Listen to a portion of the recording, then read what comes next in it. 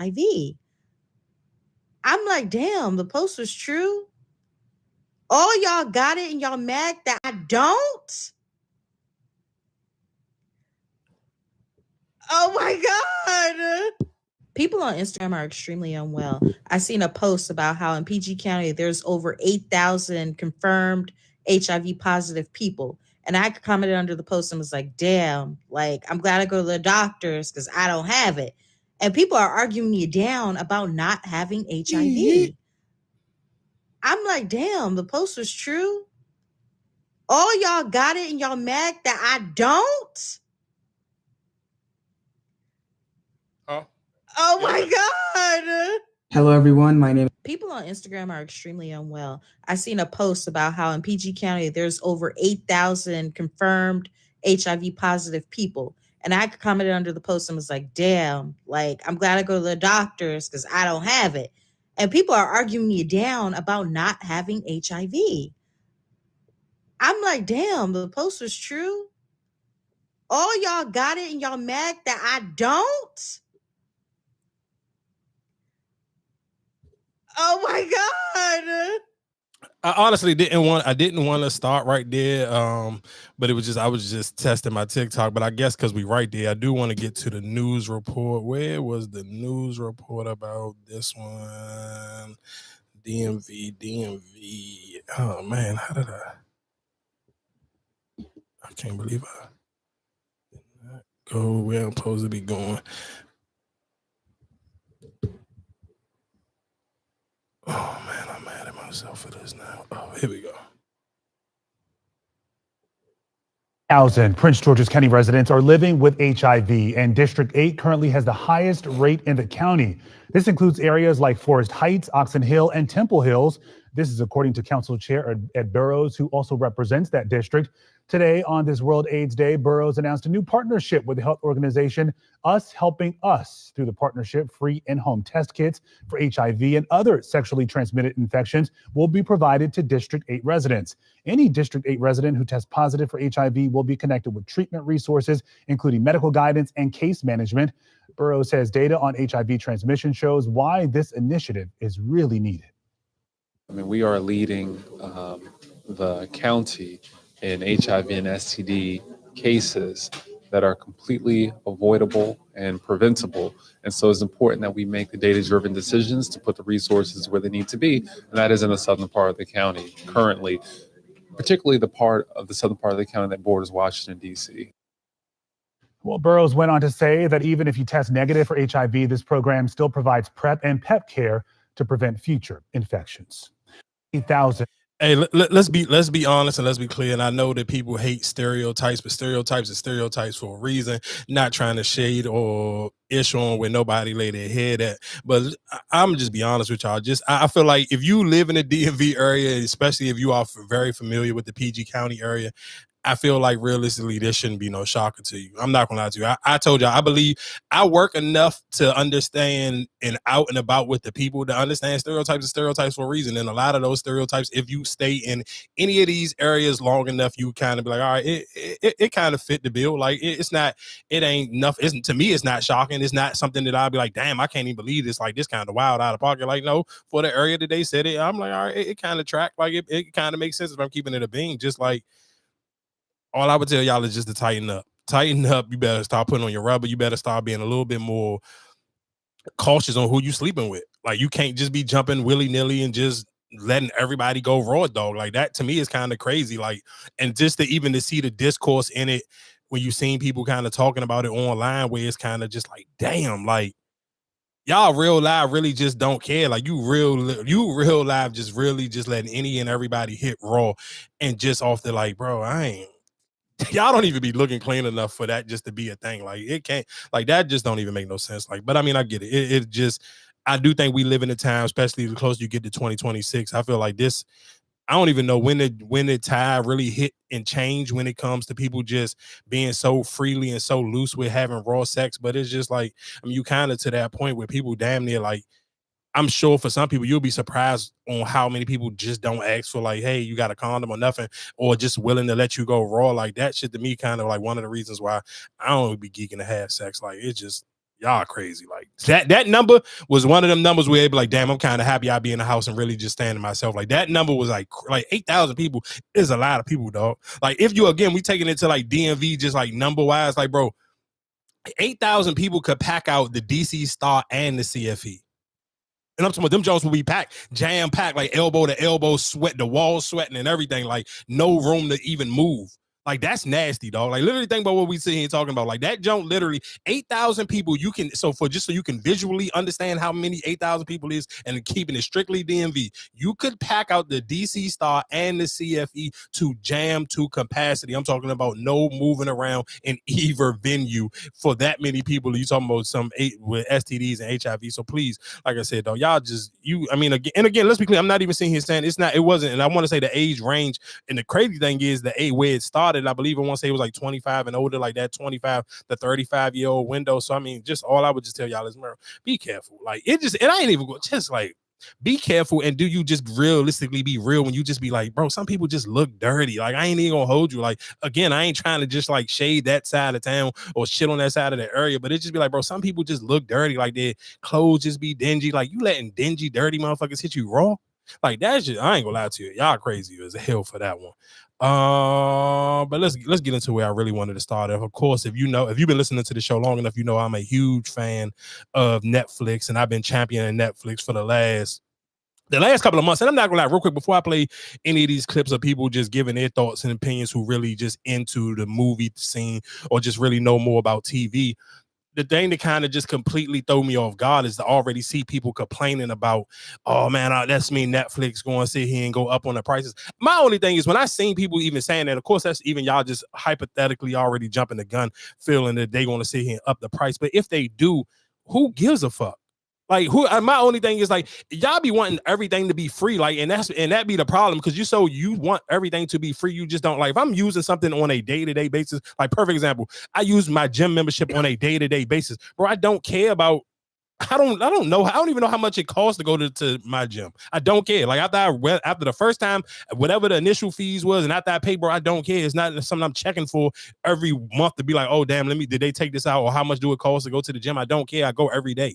I'm not looking for something that I use on a day-to-day basis. Again, I keep telling y'all, stop being greedy. If you stop being greedy and trying to have every streaming platform, you wouldn't care if the one you use the most or the one that's the most dominant ups its price $5 or $7 or $2 or however many dollars it went up. I don't care. I use Netflix by far is the heavyweight champion already before it even got HBO Max.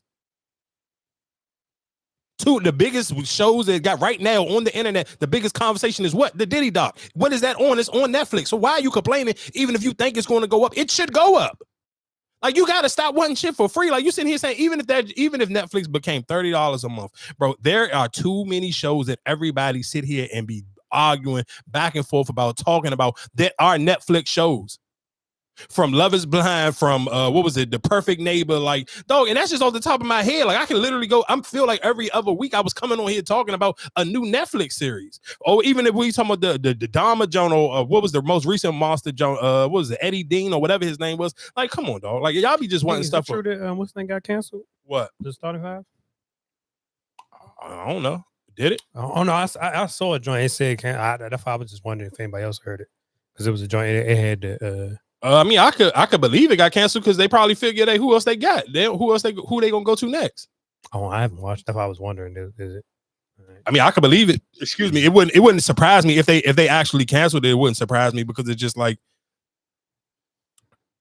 yeah, who else would they? I feel like they kind of you already kind of like you didn't kind of got all your big name stars already. So it's kind of like who else would you even actually have left? Now you kind of just. Yeah, I wouldn't know. I mean, I honestly don't know. Maybe, but again, like I said, I just don't. I just hated to see people just already complaining. For one, they haven't even upped the prices yet, but people just acting like y'all just want too much shit for free, and that's probably what to me the biggest problem is like, oh, this is about to be the new cable. Like who get? I mean, like I said, I was one of the last people to still have cable, so I don't think they're gonna shut down HBO Max. What you mean? I don't, because it's not the they won the bid, but it's not like the deal hasn't they haven't officially went through. But even even if it does, I don't care about them going up $5. If you sit here saying if they did, let's just sit here and say because realistically, what's the cheapest HBO Max, John? I believe it's like $14 or something like that, or $10. I don't know what it is, but let's just sit here and say if it's $14 and then they really take over HBO Max. Okay, cool. And if they made Netflix an extra $5, but now you don't pay for HBO Max, what are we complaining about? Like, that's just the part that I honestly don't understand, where people just be like, niggas just be wanting to complain about everything. Like, or you just literally want everything for free. It's not supposed to be free, dog. You could never watch TV for free in the first place. But again, if you sit here debating where it's like, now let's say if you sit here debating on keeping Hulu or upping your Netflix, and Hulu got one show per 6 months, like, what are we talking about? Same thing with Stars. Like, cancel them shits, dog. You just holding on to certain shows just so you can talk about one show every 6 months. Like, man, go to hell.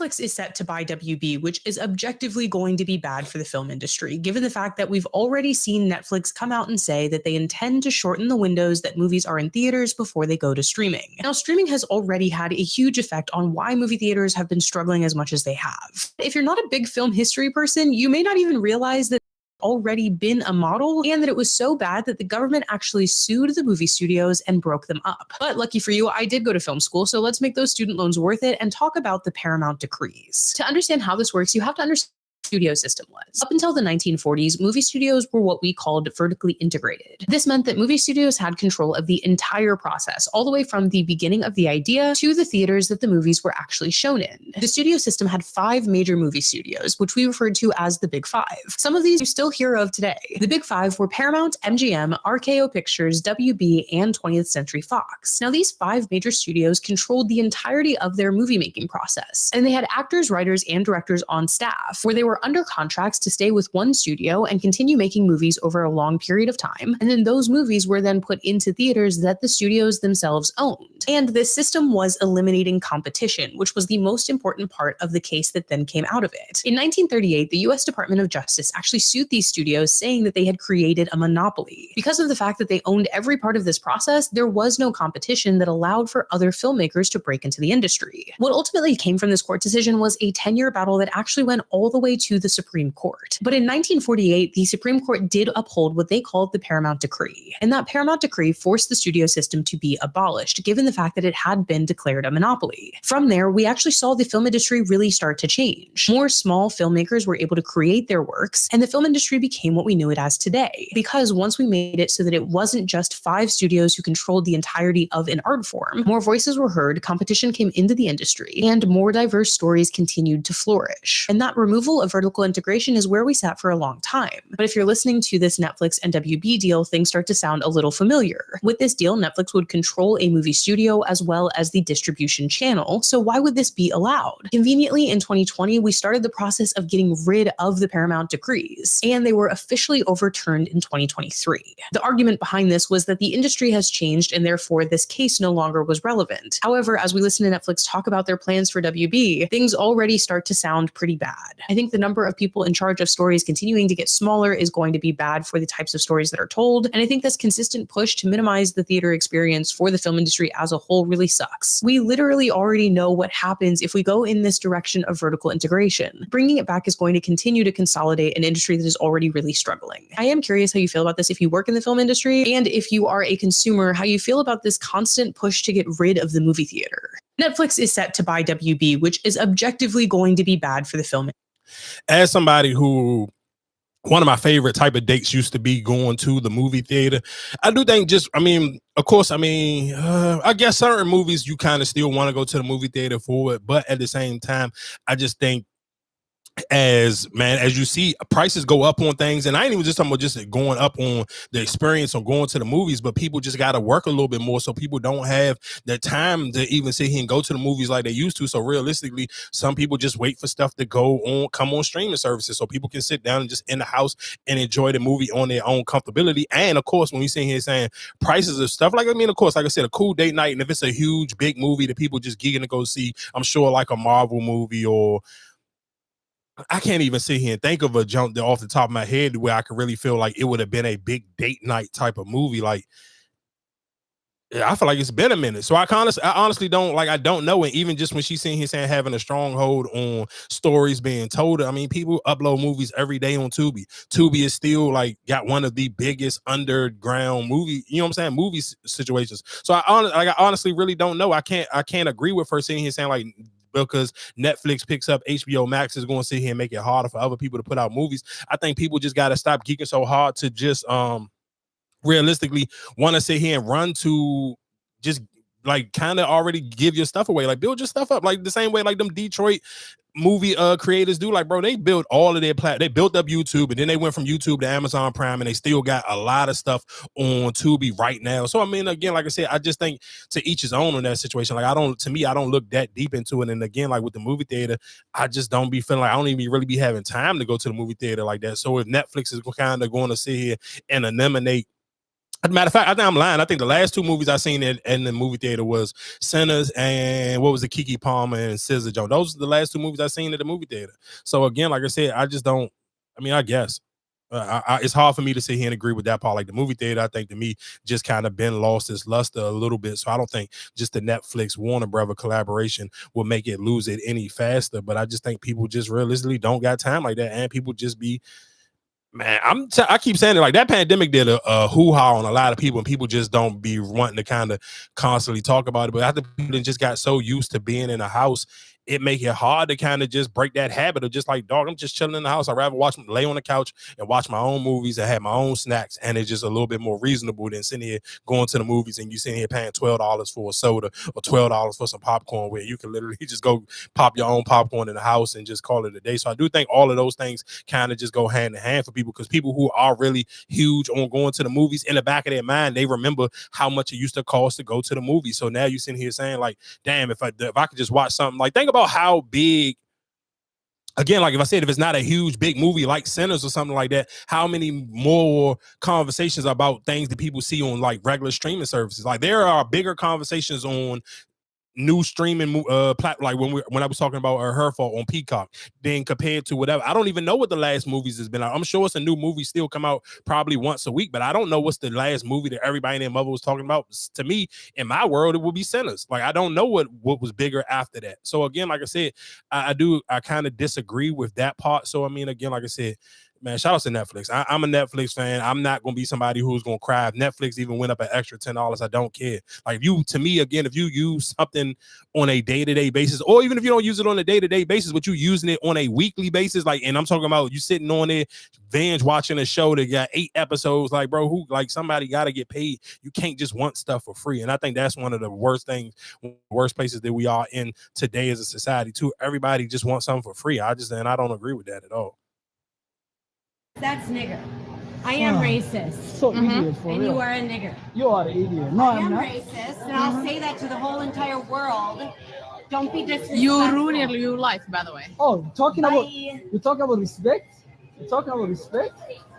You are fired from this place, motherfucker. You're not gonna be working here. Suck it. Suck what? Look how you Suck fucking look it. like. What's wrong with you?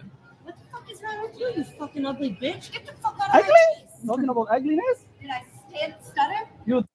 That's nigger.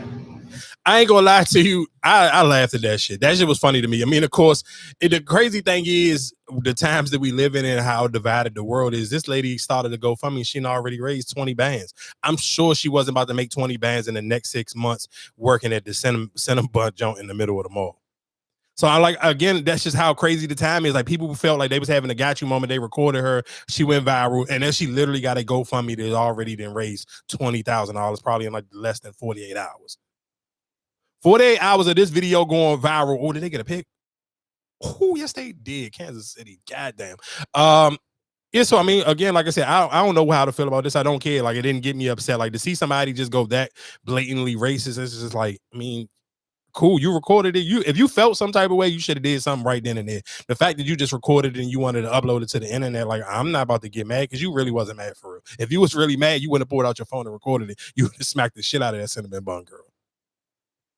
Like that to me is it. Like if you really felt some type of way, that to me would have been the energy you would have met her with. She would have said, "Fuck you, nigga." You would have smacked her, or you would have threw a soda in her face. Like that lady, like that's again where it's the difference between like people who just you want social media sympathy than people who really just out here crashing out. Because remember when we talked about that maybe like 2 weeks ago when the lady was at McDonald's and she threw the hot coffee at the lady's face. So and that lady didn't do nothing to her. So it's people out here who just really just completely going left and completely just crashing out and don't care about nothing. So if you sitting here saying, if I'm comparing that to somebody like you just allowing her to verbally violate you, I mean, cool. What you want me to do about it? I ain't about to get mad. I'm not about to sit here and protest cinnamon bun. I don't go to the mall anyway, and couldn't tell you the last. I probably haven't had cinnamon bun in probably, man, maybe like 15 years or something. Like, I couldn't even tell you the last time I even thought about a cinnamon bun. So I mean, again, man, I don't know what to tell y'all, but shout out to that lady for raising 20 bands like in literally less than 24 hours is crazy to me. I do want to talk about Billboard. Billboard put out they ranked their top 10 hottest female rappers. So I want to put out, y'all know this is right up my wheelhouse on. Y'all know how much I love female rappers.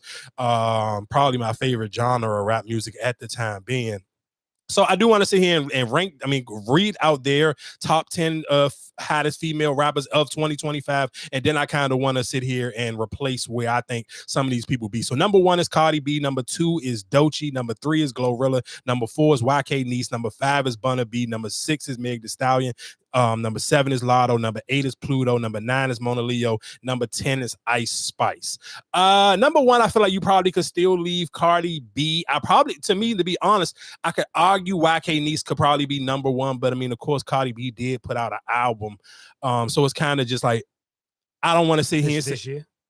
Yeah, just for 2025. So I don't want to sit here. Off the rip, Doechii would drop completely down to me, like probably closer to like 9 and 10. I would go because Glorilla album did come out towards the end of 2024, but I feel like it still carried her heavy into early 2025. So to me, if you want to sit here and go, I would probably, if I'm keeping it a bean, I probably still would have to go Glorilla number 1, Cardi B at. I'm gonna go Glorilla number 1. I'm going YK Nice number 2, and then I go Cardi B at 3. Like, I get it that Cardi put out an album, but I honestly like, if Glow songs wasn't as big as they was, I could probably go YK Nice number 1 if we talking about hottest in 2025. Cause she just carried the summer. Like she started off with Wham Whammy. She put that song on her back. Then her and Pluto had their little separation, and then still she came right back to would Take Me Through There. And then she had to jump. Now she got the jump with Belly Gang Kush. Like your best friend, do it. And something like, I'm looking for a eater.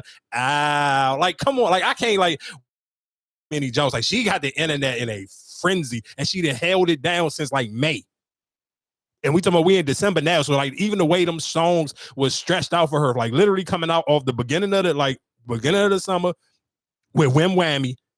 That kind of held you down to like 4th of July. Then when the Metro Boomin dropped this album, I want to say like, let me look real quick. Metro Boomin, when did this album come out?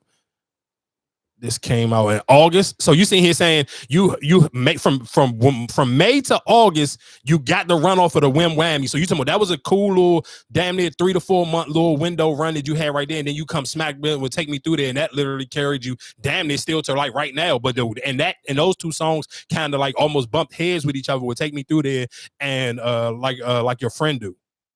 So again, that's why I sit here and say I honestly could put YK Nice at number 2 and put Cardi B at 3. But like I said again, because she's Cardi B, and then of course she put in an album. So if I just me off of my personal and just kind of paying attention to still say Glorilla, she dropped that project at the end of 2024, but it carried her still heavily into 2025. Like that album still was doing OD numbers into 2025. So again, like I said, to me personally, I would have Glow at number 1, YK Nice at number 2, Cardi B at number 3, number 4. Number 4, I kind of ain't even mad at like. I wouldn't even be mad at the Burna B maybe at 4 instead of 5. Because Meg ain't really put out nothing. Like I could probably even argue maybe Lotto's appearances on certain songs. Like Lotto got people going crazy right now. Big Mama, No Kids, and like Lotto just kind of be one of the people that she kind of carried it just hopping in and out on certain verses throughout the year to kind of just and then did that. And that was early in the year when Drake was trying to figure it out and he was putting out them Lucy's and he had to jump with Lotto on there. Yeah, I could probably. I'm not mad at Burna B or Lotto being number 4 because even for Meg, it's like she really ain't do too much of nothing. Like she did put out like maybe like 1 or 2 songs. So I ain't mad at Meg being 6. On a matter of fact, to be honest, I want to put Mona Leo at number 6. Just for me personally, I feel like you got to put Mona Leo at number 6. Mona Leo had a huge year this year, and of course, the wedding put the icing on the cake to really kind of get people super into her. But just even starting the year off with that Don Julio, Acafulio, like she started the year off strong, and then she kind of just like slow walked herself into the situation she's in right now, where she's on tour, and she had 3 sold out shows in the DMV this weekend. She had a jump Friday, Saturday, and I believe she may have one today while we recording, but I know for a fact the Friday and Saturday, both of those shows were sold out. She had it at Union Stage in DC. Like that joint was jam-packed, and people was in there rapping her stuff word for word. So for me, I will probably have to go Mona Leo at number 6.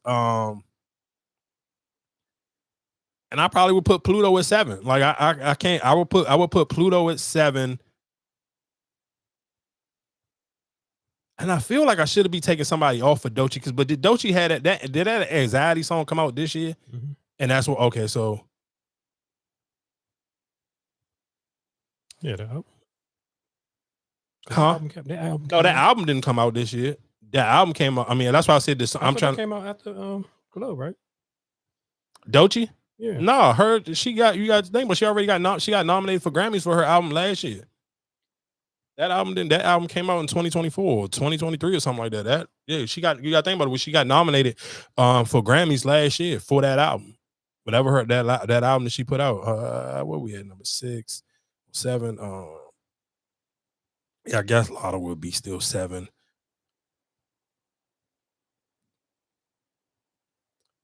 I'm not gonna lie to you. My honorable, to me personally, I probably would take Doechii off, and I probably would have to put Ken the Man on there, and I could probably put Ken the Man at like number, I guess, 8, or even take Ice Spice completely off. But Ice Spice and Lotto, I forgot that they had that song together. That little guy, it only lasts for probably like 2 weeks, but that shit was hot for those 2 weeks that it lasted. Like I just said, for I don't know, I feel like especially even having Doechii as, but it's Billboard, having Doechii at number 2 is kind of insane, because it's just like, she started the year all strong whenever that anxiety song, even if it carried out, but then she just fizzled out like super, like she fizzled out super quiet. And I guess my last little shout outs to the female rappers, man. Shout outs to Flaw J.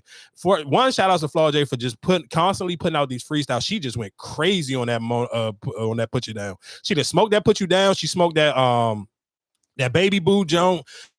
The other song that she and she Take Me Through That, man. Flau'jae, shout out to Flau'jae. And I'm not gonna lie, she hit a huge shot. They played LSU played Duke, and the game was a lot closer than what it should have been. I mean, of course, by the final score wasn't close, but they end up pulling out. I still think they end up winning the game by like 20 something, but that was probably like the closest game they had all season, and that was probably the only game they didn't score 100. I believe they scored 93, but they averaging like 100 some points, especially for women's basketball. That is absolutely insane. But she hit a big 3, and then she kind of like had a little exchange with the Duke coach, in which Duke's head coach is the women's USA basketball head coach now. And I believe this, of course, she was coaching Flau'jae over the summertime, and Flau'jae wasn't getting a lot of minutes. I believe, what was that? I want to say that was doing the not Paris. No, this was doing the this was doing the summer. This summer, it was what is it called? The some cup. I can't remember, because they end up playing. They end up.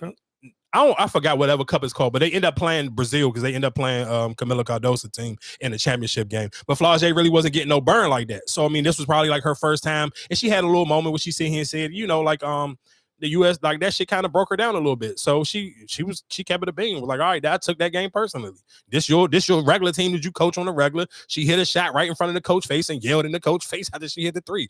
So again, like I said, shout out to Billboard for coming up with the top 10 hottest female list. But again, like I said, to me, it's nowhere in hell. Yeah, Doechii shouldn't be. If you're gonna have Doechii on there, she shouldn't be nowhere at number 2. Like YK Nice had a huge year. I mean, I respect for them having her at 4, but I still feel like 4 is still too low for as big of a year she had. Because I'm not gonna hold you, like Cardi B album. Like, I mean, if you listen to the radio, yeah, you still hear certain songs on that joint like getting played on the radio. But if I'm being honest, I feel like that Cardi B album like came and went like super fast. Yeah, but she been in the media too. So I think that's more so because with the court case and all that. So I think you're gonna give her that because we still seeing her. I mean, yeah, because she's Cardi B. I mean, of course, you're gonna see her regardless. Even if she wasn't putting out an album, because she's Cardi B, you still gonna see her. So again, that's why I said I feel like that one kind of get just a little bit tricky. I feel like she's just so high because she's Cardi B. But again, we just talking about just actual impact and people just like really bugging out to your music. Yeah, I don't feel like she should be over YKNees, like Nowhere in Hell or over Glorilla. Come on, damn. Did Nikki say anything about these lists? No, but her fans be in the comment section. I mean, but the only page that I even seen posted was the Neighborhood Talk, and the Neighborhood Talk is ran by a fucking Bob. Like, this nigga's a huge Nicki Minaj stan. So they, of course, all of them in the comment, or all the Bobs in the comments, oh, you can't have no list without having Nicki Minaj on there. And I'm like, yes, you can, though. When Nicki ain't put out nothing in 2025. Like, niggas, the only thing people even talk about Nicki Minaj is her tweets. Like, what are we talking about? Like, yeah, what? I was just wondering, do she be going off? Nah, she don't personally go off, but of course the Bobs is gonna always hold it down for her. Okay, I want to play. It's something about we talking about ticket sales.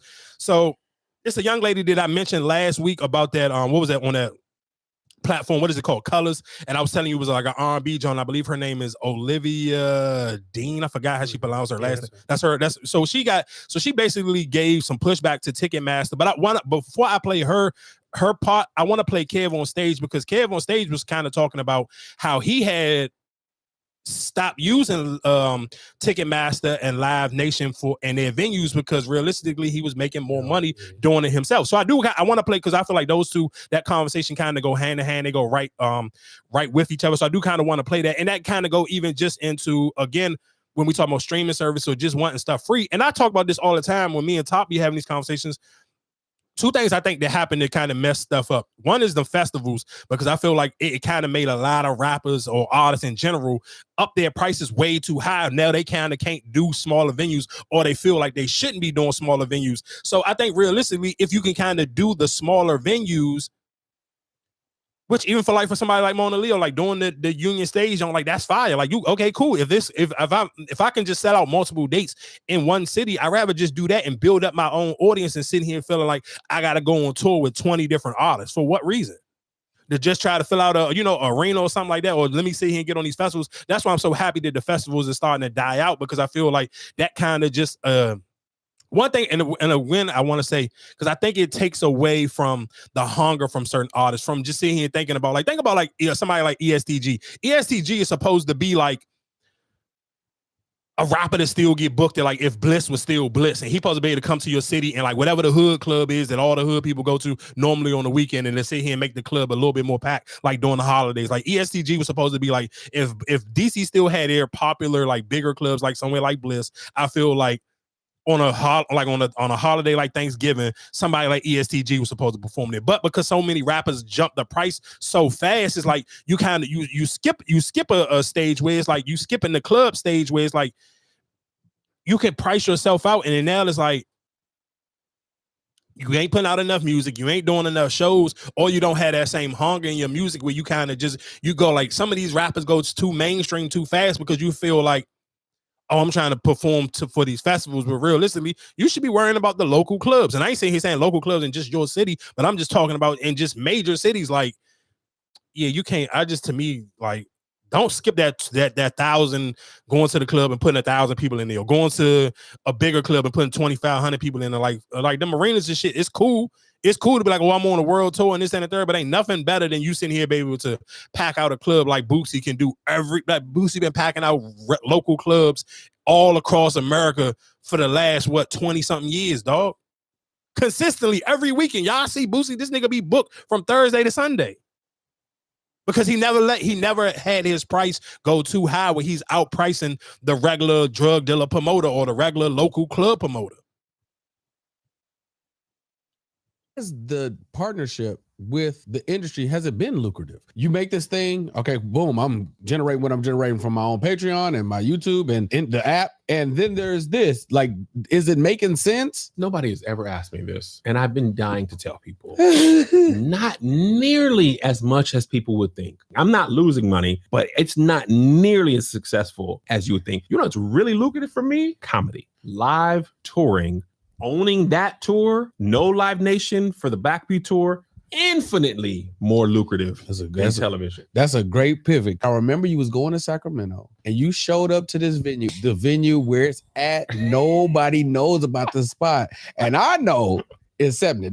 I know it's $70. You got to bring your own chairs, but it is $70 to rent this venue. And but it hold like 300. But it's like, it's in the middle of nowhere. And I'm like, and I remember you was coming and it was like, yeah, man, I got 2 shows here. And I look at both shows sold out. I was like, son of a.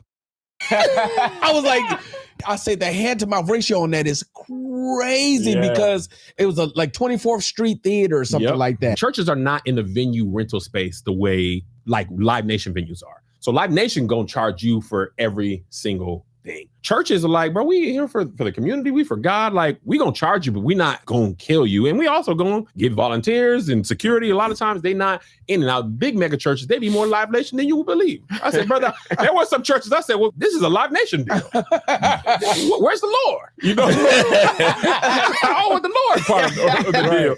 My competitive advantage is like churches want to have good stuff for their community. So they're really just like, don't charge crazy prices. We'll give you a good deal, but don't come in here charging $150, $200, $300. I'm like, if y'all give me this price, I really don't have to. The reason things are so expensive with Live Nation is because their venues are so expensive. And that cost is like, there's no negotiating with the big 3. Churches just don't work like that. So it allowed me to pay a lot smaller of a thing. And you lose some things. You lose like seating. Some people are not buying a ticket if it's general admission. They just, I want to sit in 13C and I don't want nobody in my seat. For the most part, most people, they just want to come and have a good time. As long as there's a place to sit, as long as it's funny, it's safe, I can hear and all that type of stuff, they're not tripping. So at $30 and $50, you can make a lot of money if you're getting charged, say, $2,000 or $3,000 to rent or $5,000 versus some Live Nation venues are $20,000, $25,000, $40,000. I've looked at the ticket, like the breakdown, and it's like, man, that's how I went back to churches. I'm looking at the numbers and I'm like, I don't even need to sell this many tickets if I didn't have to pay this many people. So that's really where that came from.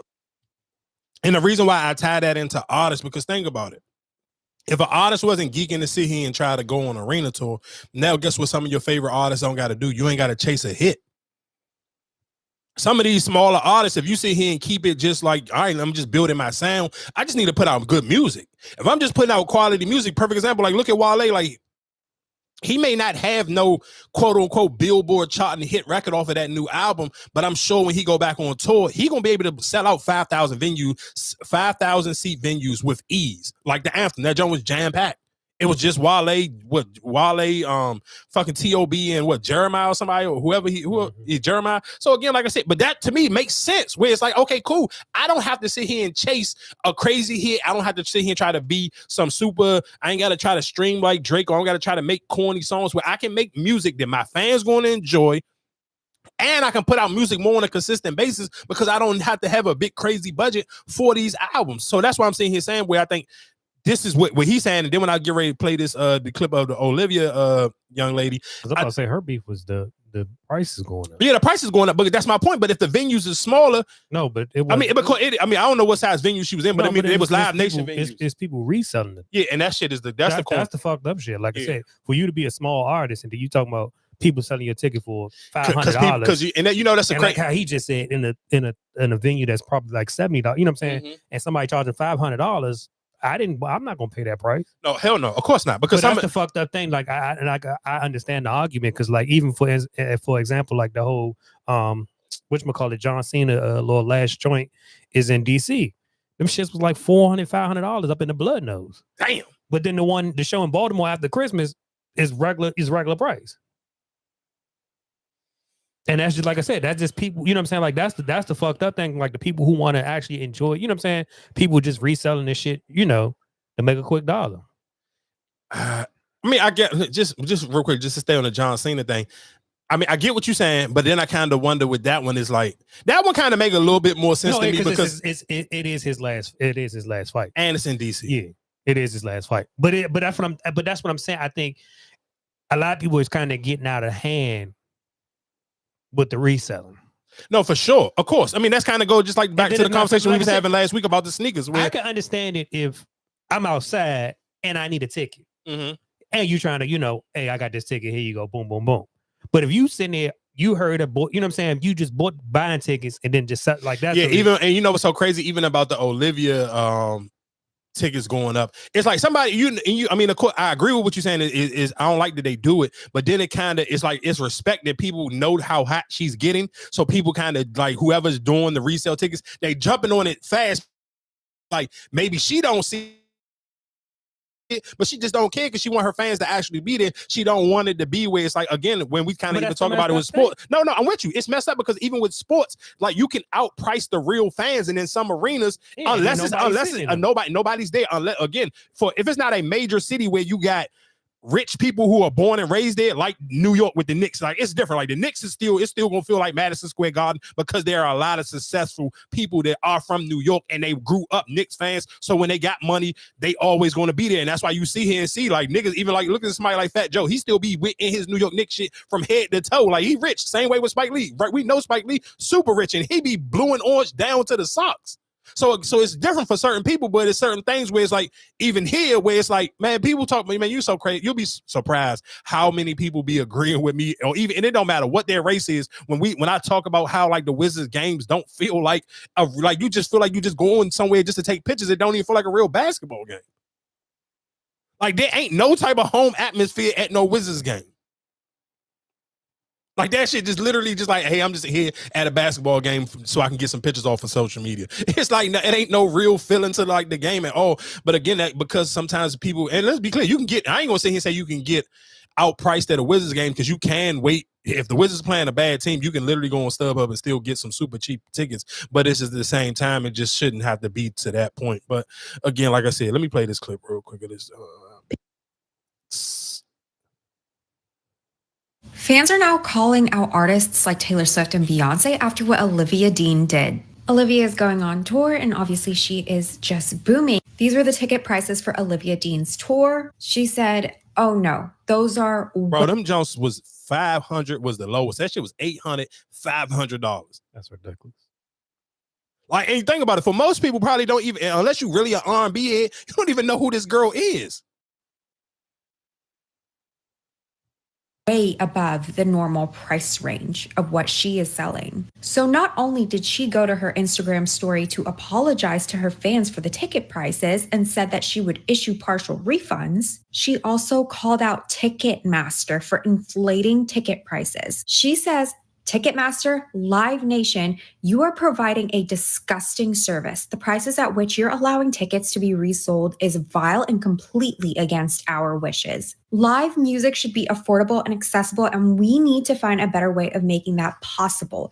Be better. Now, if you went to the Eras Tour, I'm sure you knew how expensive it is. Tons of people flew outside of the US because it was cheaper to see Taylor Swift in concert overseas. And this woman says she spent $5,000 to see Taylor Swift in Europe with her kids because her floor tickets, hotel, and flights were cheaper than the nosebleed seats in the US. I remember Taylor's tickets for nosebleeds being upwards to like $1,000 to $3,000. But I 100% agree with Olivia saying that live music should be accessible to everyone. My name is Nikki. If you like this video, give us a like and a follow. Fans are now... Bro, that is ridiculous. I ain't gonna hold you like... And the fucked up thing about it is, and that's why I say I fault Ticketmaster a lot, because they still get a cut out of it.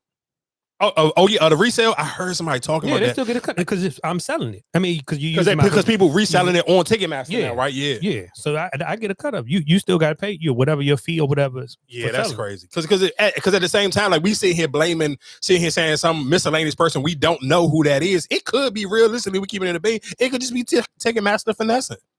No, I mean I think it's the person too. Because I mean you set the price. So if Ticketmaster taking 30%, you're gonna try to get. Damn. You know what I'm saying? Yeah, if they setting it like, hey, all right, to resell it, I might be charging you, let's say $80. So if your ticket was, let's say your ticket was $150, and they charged me $80. That's way too much. Because even for somebody like her, like I like that song, but it's like I don't like that song enough to sit here and probably pay more than $60 to go see her perform. Like I feel like 60 is a comfortable jump. Because you can make that a nice little date night. You talking about 60, a little 120. That's not a bad. That wouldn't be bad. Like I wouldn't mind going seeing her. Like you saying to go see her for a date night, and now you spent $120 for you and somebody else to go on a date. Like that sound cool. But you saying $800 for one ticket. Like bro, nobody. Come on, dog. I'm not gonna pay that to go see nobody. But let alone I'm damn sure not gonna pay to see somebody. Yeah, not to see somebody who just really kind of getting their really getting their bag off. Real quick, because I do want to sit here and keep it DMV. It is a new because again, just talking about not wanting to go into DC. I do want to constantly keep highlighting some of these newer Maryland restaurants. So I want to first one is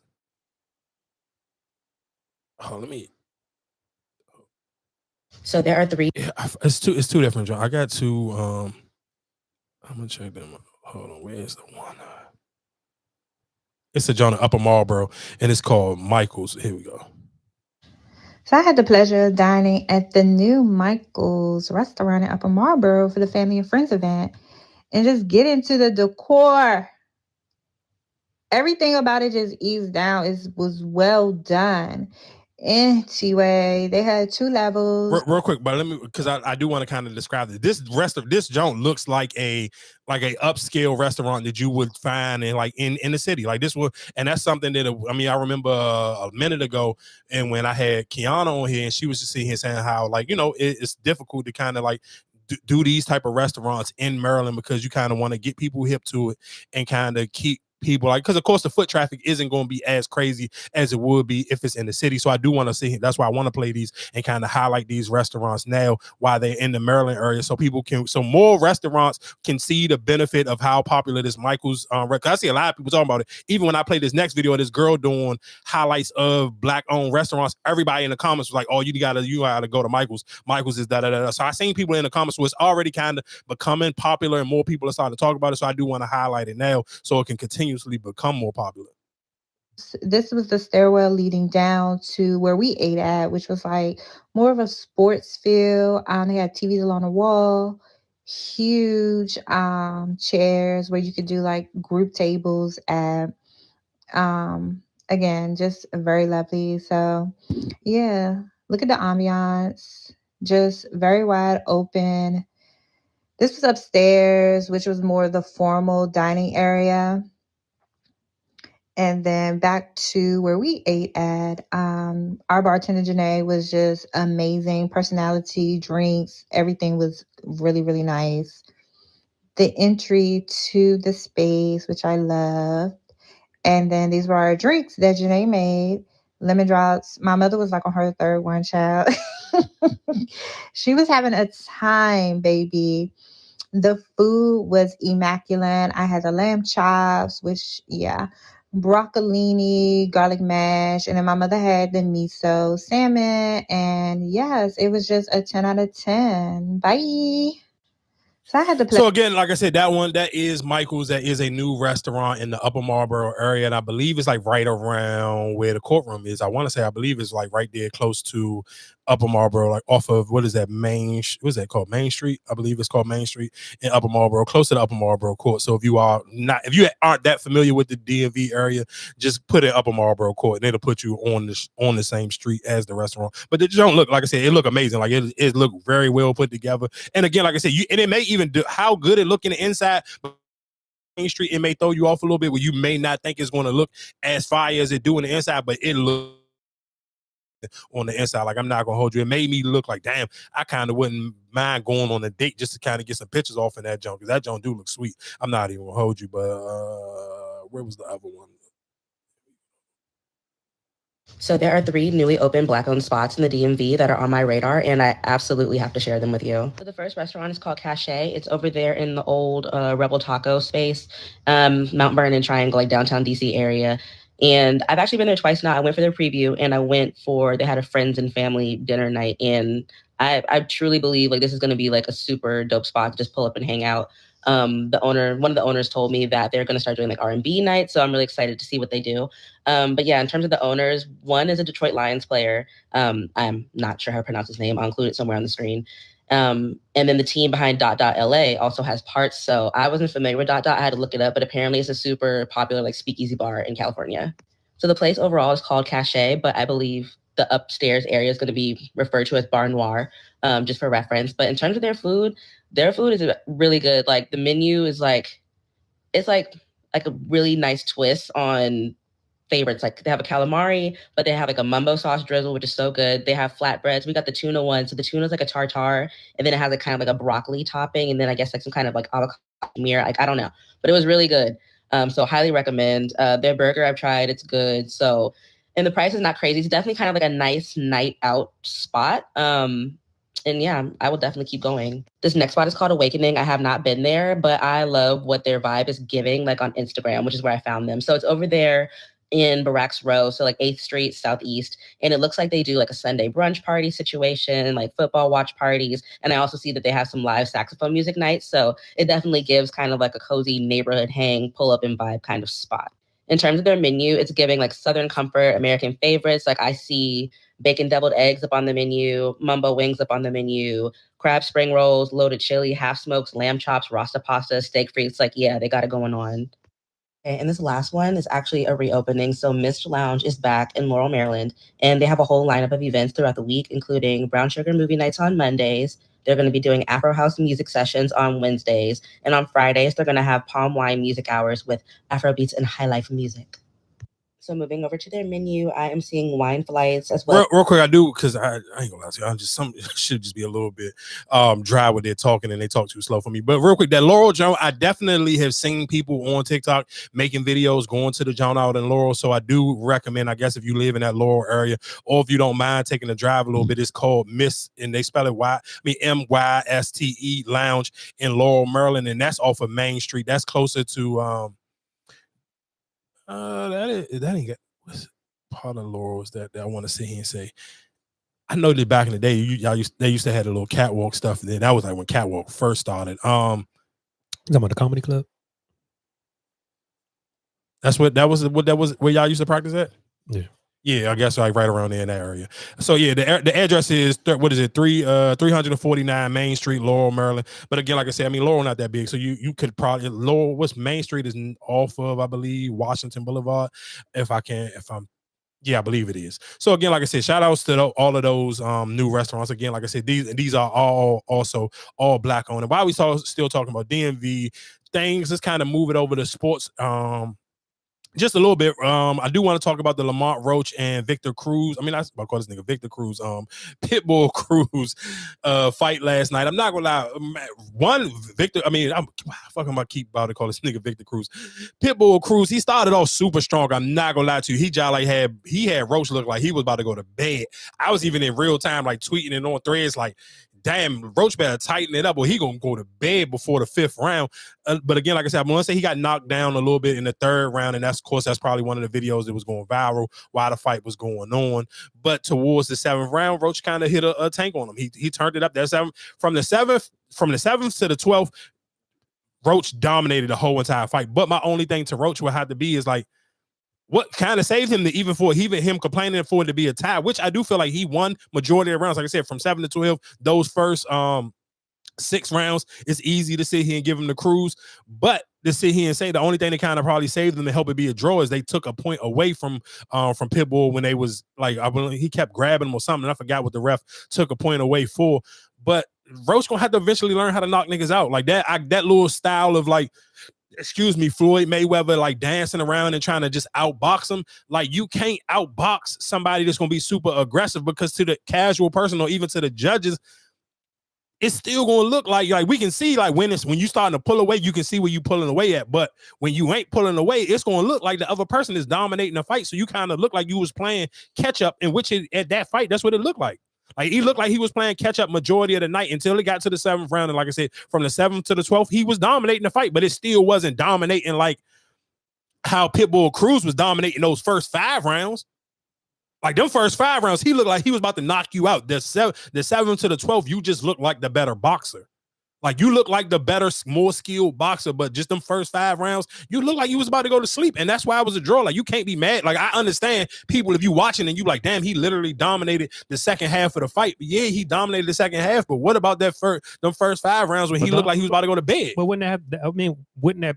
I think that would be the pedigree, right? That would it take? Because how many knockout fights you have seen, right? Yeah, I mean, no, listen to what I'm saying. I get what you're saying, but you can't like.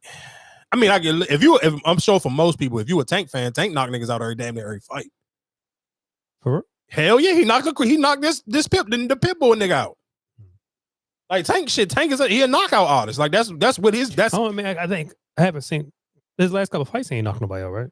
The last couple ones. Shit, the only joint he ain't knocked somebody out was Roach.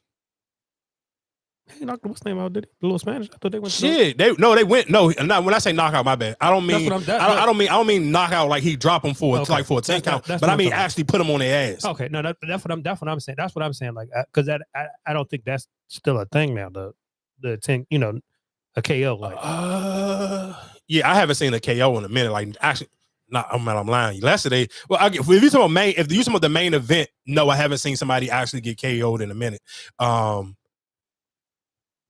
But still knocking niggas down like the same way Bud Crawford did to Canelo, the same way Tank did. Tank did to the last 2 Spanish niggas. Tank for he dropped both of them like at one, like dropped them a couple times throughout the fight. So I mean, if it go the whole 12, but it still don't be like going to the 12 and you think it's you leaving it up to the judges. Like you kind of already know what it is. He just didn't knock the nigga out, and that's kind of just how most of the Tank fights is. But for Roach, is like you gotta close them fights. Like you could have beat Tank, you just didn't close strong. You have to again. When I say knockout, I don't mean or at least knock them down. You gotta put them niggas on their ass because you leaving it up to like when you try to do that technical dancing around and just outboxing niggas. Now you just leaving it to the scorecard.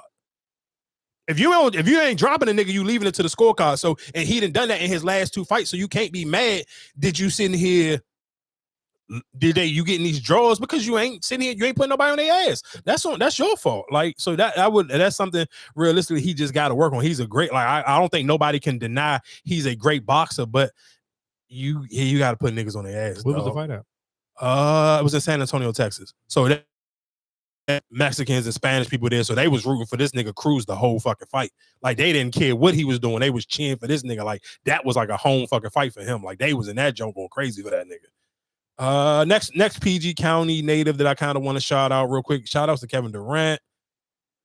You became the 8th player in NBA history to reach 31,000 points. What does that milestone mean to you?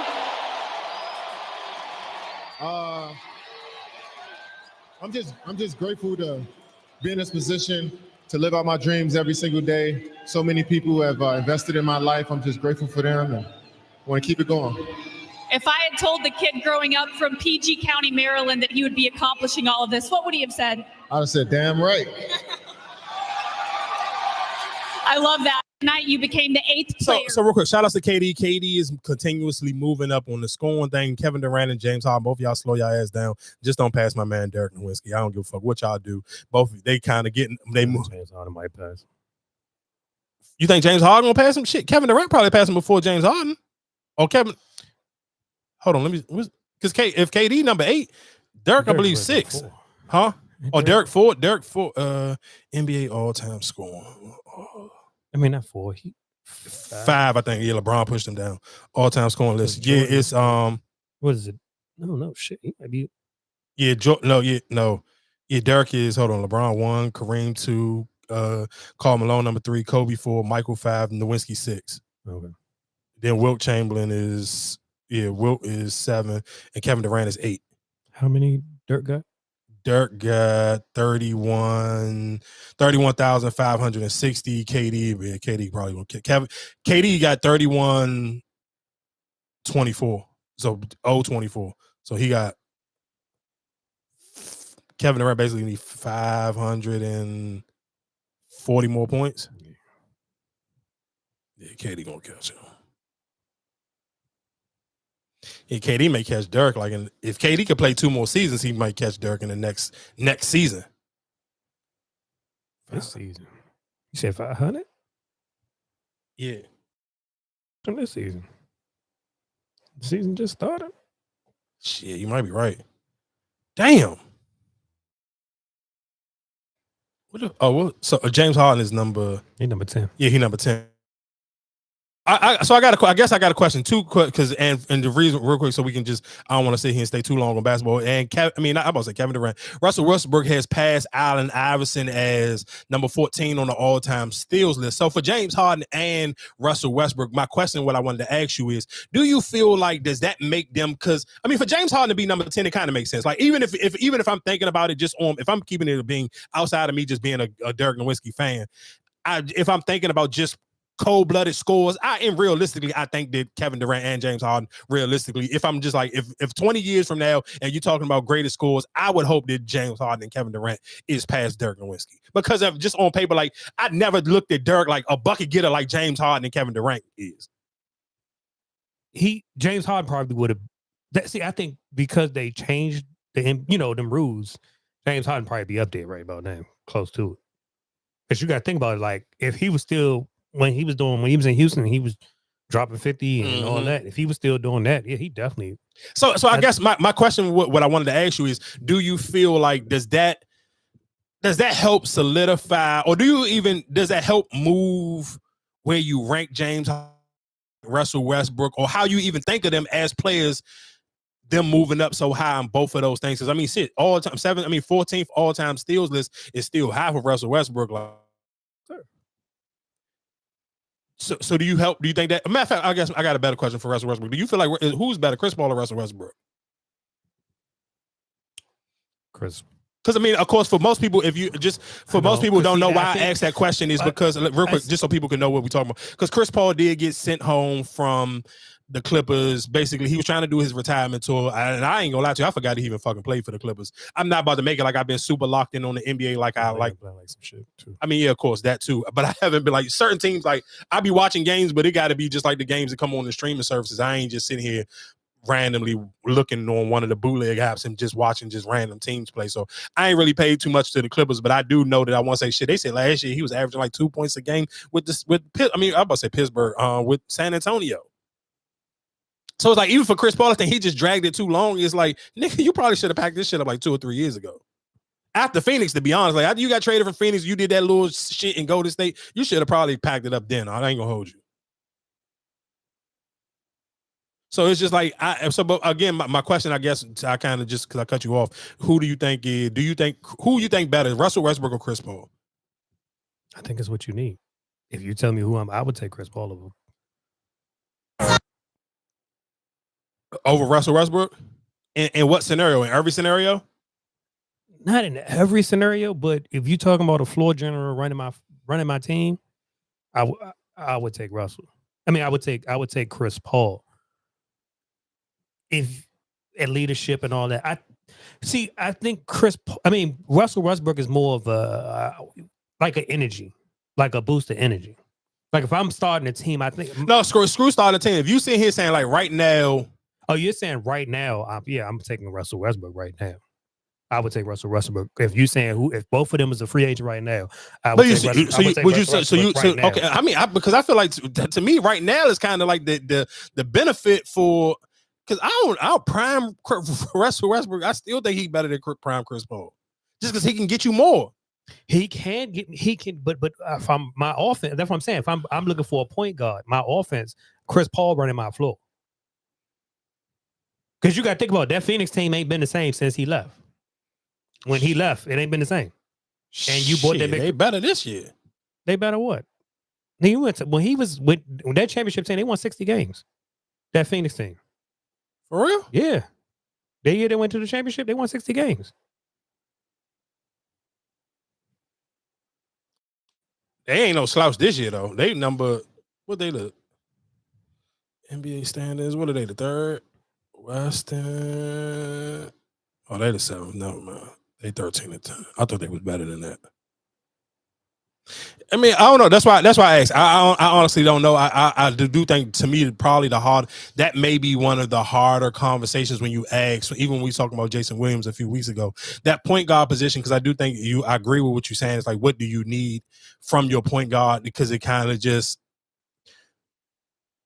when you ranking point guards, I do think it's almost you absolutely right. It's kind of almost what you need, because I mean, I'm sure if you've been listening to any podcast from sports or cultural podcasts, everybody kind of just don't know how to even really, like, you don't know how to rank them. Like, everybody kind of feel like you should say Chris Paul is a top 10 point guard of all times, but then there's some people kind of like, is he like, or do you? But again, you probably got to just when you actual point guard, yes. But if you talking about like a guard, no. But if you're talking about actual point guard, yes. Yeah, so like I said, we don't got to stay on. We don't got to stay on music. I mean, I'm about to say music. We don't got to stay on sports for too much longer. I guess we can kind of switch gears real quick. I guess we might as well go to Diddy. Did you get to watch any of the Diddy Netflix series yet? No.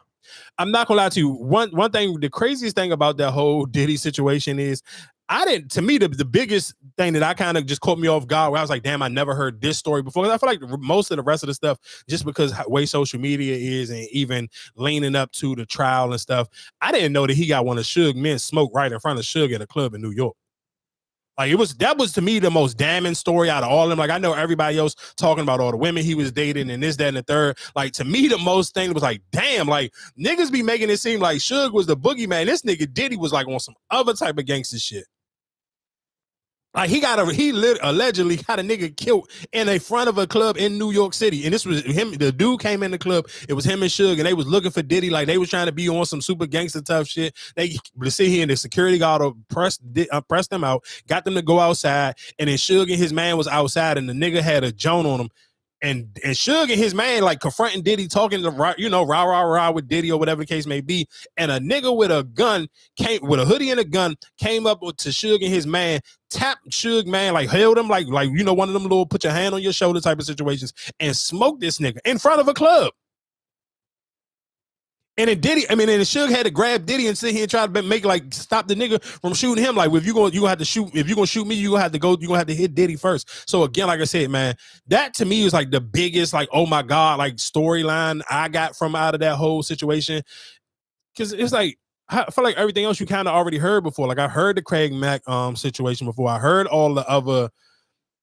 Maybe you didn't hear the Eric Sermon situation, but even the Lil Rod, like, I feel like one of the biggest takeaways you kind of get from this whole Diddy thing is, it's like, man, people just be wanting that bread, dog. Like, niggas would just put up with anything. You'll deal with anything. You'll tolerate anything just because you really want some money. A lot of things that happened to me, I just don't even want to speak on. You know what I'm saying? Some days, those girls next to me woke up, some days he was in the bed. I would wake up feeling sore, still not understanding exactly what's, you know what I'm saying, transpiring. But this is me starting to understand that I was drugged pretty often. I tried to confide in KK, Christina, that's Puff Chief of Staff. And I thought it would be more, understood if I took it to someone who's a woman. But she was always like, trying to like down. There's a lot of things that happened to me. So again, like I said, just for most of and the crazy thing is, I guess one of the other things that I kind of was watching it was the dude who I guess had 25% of Bad Boy, and he was doing majority of the talking throughout the whole entire documentary. I was like, dog, you don't feel like he should be locked up for some of this stuff? Like, for him to know all of this stuff, and I feel like a lot of people just coming up with a lot of this information after it was said and done, it was kind of like, how he ain't get locked up, or why he shouldn't get locked up. Like, I'm not gonna lie to you, I do think realistically, when they came and hit Diddy with that RICO case, I don't know if they gave a lot of these people immunity or something, but I feel like if they would have charged a lot of these people who had all of these stories to kind of like tell about Diddy, I feel like even the dude that was doing the majority of the talking, like if they would have hit him with the RICO, would have hit Cassie with the RICO, I do feel like they probably could have made a lot of those lot more on Diddy, but it would seem like you just had a one-man RICO, so it kind of seemed a little bit crazy. But do you hit, I mean, because like with them Escobars and all them other like kingpins, like, do you take down you take down everybody that was? Hell yeah. Like, even like their lawyer, you know what I'm saying? Like the little Man, you take everybody, the little You take street everybody, dude, and everybody get hit with something. Like if it's a real RICO charge, everybody get hit with something. Like shit, even look at for Young Thug, like all of them niggas got hit with something. Like yeah, a lot of them may be on probation or whatever the case may be, and didn't end up doing no real jail time. But all of them, they ain't nobody just get out of there squeaky clean with nothing. I thought maybe it's just like we just want the. Nah, yeah, you want, yeah, of course, you want the main person. You trying to make the biggest charges stick to the main person, but you still grab everybody else and give everybody some time. So again, like I said, just that to me was one of like the main thing. Like I get like that again, the Jake dude getting smoked in front of Suge. That to me was like the story I never heard before. The rest of them was kind of just like. I mean, I think Diddy, felt like Diddy. I never was a huge Bad Boy fan. I never was a huge fan of Diddy in the first place. So maybe just some of these stories and stuff don't just move me as much as I seen other people just like, oh my God, it was like, nigga, I felt that way I felt like he was a piece of shit after I seen the Cassie shit. Like I don't need all this other shit. I kind of honestly don't need for real. Because I'm not going to change my point of view of who I think he was. After how any nigga who can stomp a woman out like that in period, but let alone in a public junk, like, come on, dog. His lawyers sent a cease and desist letter to Netflix to stop the Diddy documentary from airing, and it's not working, and I'm about to tell you why. Go ahead and follow this page. I'm about to break something down. Sean Combs and all his money cannot stop the 50 Cent produced Sean Combs The Reckoning documentary from airing on Netflix. As a TV producer and TV writer, I want to tell you how Sean Combs can say the footage is quote unquote stolen, and 50 Cent and Netflix can say not quite. In the entertainment industry, people often hire videographers with the intention of maybe doing a video of some sort, maybe doing a documentary. And what happens is you enter into an agreement and you say, hey, I'm going to follow you, for example, for 14 days. You're going to pay me X amount of money. Okay. Well, what happens is when the end of those 14 days happens and you go to turn in your footage, the person who has quote unquote hired you a lot of times goes missing, meaning that they're telling you to call the finance person to get the check, call this and that person to get the check. And before you know it, you have this footage and now you're trying to get your money for your services and nobody's returning your call. And so what happens is at some point after that, a light goes off in your head and you say, well, wait, I have footage. If I want to be made whole, I can sell this footage to anybody. I'm not saying that this is what happened, but I'm saying this is what could have happened. Okay. And so what happens is a videographer who now has footage, because that first agreement is null and void because nobody has paid the videographer. Okay.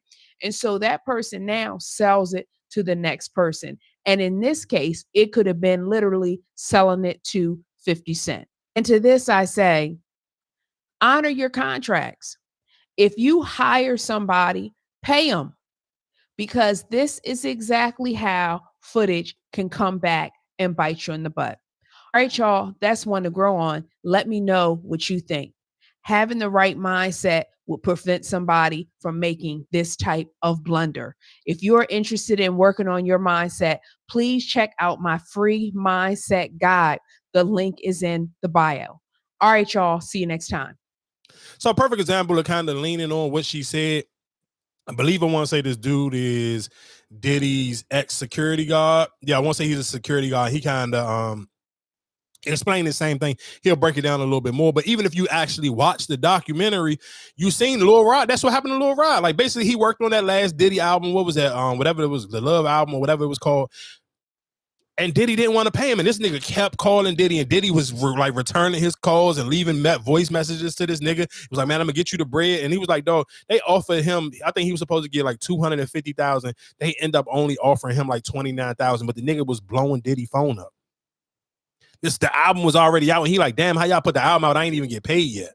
So with all that being said, is like that's kind of like, and it's so crazy because throughout the entire documentary, you kind of seen that Diddy was one of those niggas who would sit here and run up a crazy tab and wouldn't want to pay the bills, and they kind of make you be like, damn, like nigga, you got all this bread, you sit here, Mr. Mogul, Mr. Hustler, and get it, and this, that, and the third, but you don't want to sit here and pay your invoices. It's crazy. Like you got people working for you again, going to the Lil Rod dude, like. And the reason why the Lil Rod dude, it don't seem like it's crazy because Lee, you talking about this is years, you talking about maybe this might be 20-some years later, but Diddy got a track record from the 90s where he didn't want to pay invoices. And his man, who, again, like I said, the dude who the 25% a Bad Boy, he even kept saying that. He's like, dog, Diddy would just run up these crazy bills and wouldn't want to never pay him. So it kind of tracks it. That's kind of like just the way he give it up. Like you sitting here trying to run up the prices. You want people to come and work for you, and you feel like niggas is supposed to be a privilege because they working with Diddy, and you don't want to sit here and pay this shit. It's like, nah, don't work like that, dog. I'm getting it as your bonds. Yo, man, yo, how 50 get? Blah, blah, blah. Yo, Puff, take this self doing that. Let me explain something to y'all. All right? Whether it's NDAs, whether it's whatever. When these young boys come in, first of all, he only deal with young videographers because he want to rob them, and he know that they want the opportunity to follow Puff Daddy, P. Diddy. They want that opportunity. So they get him at a low price anyway. But when you stay out so many hours a day, Puff wants a videographer with him 24 hours a day on call. Whether we on a yacht, whether we on a ship, wherever we at, he wants to videotape that, right? So now, they come to agreement. They come to whatever the pay is going to be. But then it be so many hours on that invoice that he don't want to pay. He gets in touch with the office. He gets in touch with the chief of staff. Yo, what is this I'm paying? What is this I'm paying? You know what you paying. You was outside all of these hours. It's 160-something hours in a week. You was outside 140. That's the invoice he put in. So now, being if you got a contract and he don't stand to that contract, guess what happens? He could do whatever he want to do with that footage. So now that footage goes to the highest bidder. And 50 had to be the highest bidder to get there. Yo, this is business. You know what I'm saying? Everybody ain't in love with you. Everybody ain't dedicated. Everybody ain't loyal to the point of stupidity. Trust me, I'm getting it as your bonds. And if y'all don't remember, that same thing happened to Kanye West with one of those documentaries they got. I want to say, was that Netflix again? What was it called? The name of the document? What was the Kanye documentary? I want to say it's The Genius. I want to say, I believe the same thing happened to Kanye. So you, again, like, that's the crazy thing is that I guess it would make it a little bit more mind-boggling is just how much money that these celebrities supposed to have, and you just don't want to pay a bill. Like, bro, you sit here wasting money. People want to get over. Just because you got money, people won't get over. You think? Yeah, but you, how do you want to get over? And you out here spending money, like your whole brand is on spending money and being lavish. How do you want to be cheap when it comes to just like somebody else's time and their art or their craft or whatever they got going on? Like that to me, it don't make no sense. Like I don't get it. I don't respect it. Like that shit is crazy to me. Like I don't even understand how you even think that supposed to work. Nigga, he can't tell you what kind of ammunition to bring to the fight. What you gonna load up with. You're not gonna tell a nigga the ammunition that you gonna use, because you're gonna use any and everything that comes your way.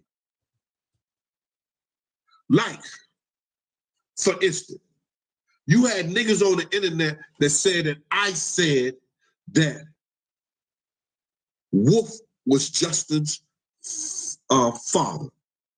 I never said that. But did I deny it? Did I act like I didn't know? Yeah. You know why? Because anything that could hurt this nigga that I'm going to war with, if I don't have to speak on it and clarify, I ain't gonna say, nah, with a nigga. And of course, and that's just the last little part I got on it. And that was one of the things where they was just sitting here tying a lot of the women that Diddy was dealing with to so many different people. And if you look at, it's a picture why this dude is talking, and of course the neighborhood talk put out, and it's a picture of, it was a security guard, Wolf, and Justin Combs, Diddy's what is it? Is that Diddy's oldest son? I want to say his oldest son. And the nigga looked just like him. Like it looked like it could be, like I'm talking about, literally looked like Justin looked like he could be this man's twin. Like literally looked like it could be his twin brother. Like, so I I get you could just take it for what you want. Again, like I said, the Diddy joint, it was cool. I feel like some people gonna like it, some people may not like it, but I mean, it was cool. I'm not one of those people where I feel like a lot of people had crazy or deep dives on it. I don't have no crazy or deep dives for it because I feel like it's just a bunch of shit I kind of already knew outside of maybe something like the Daddy Kane stuff. But it was just like, I even feel like for a lot of those people, like Diddy, you already kind of knew what the information was on Diddy, even getting to that point.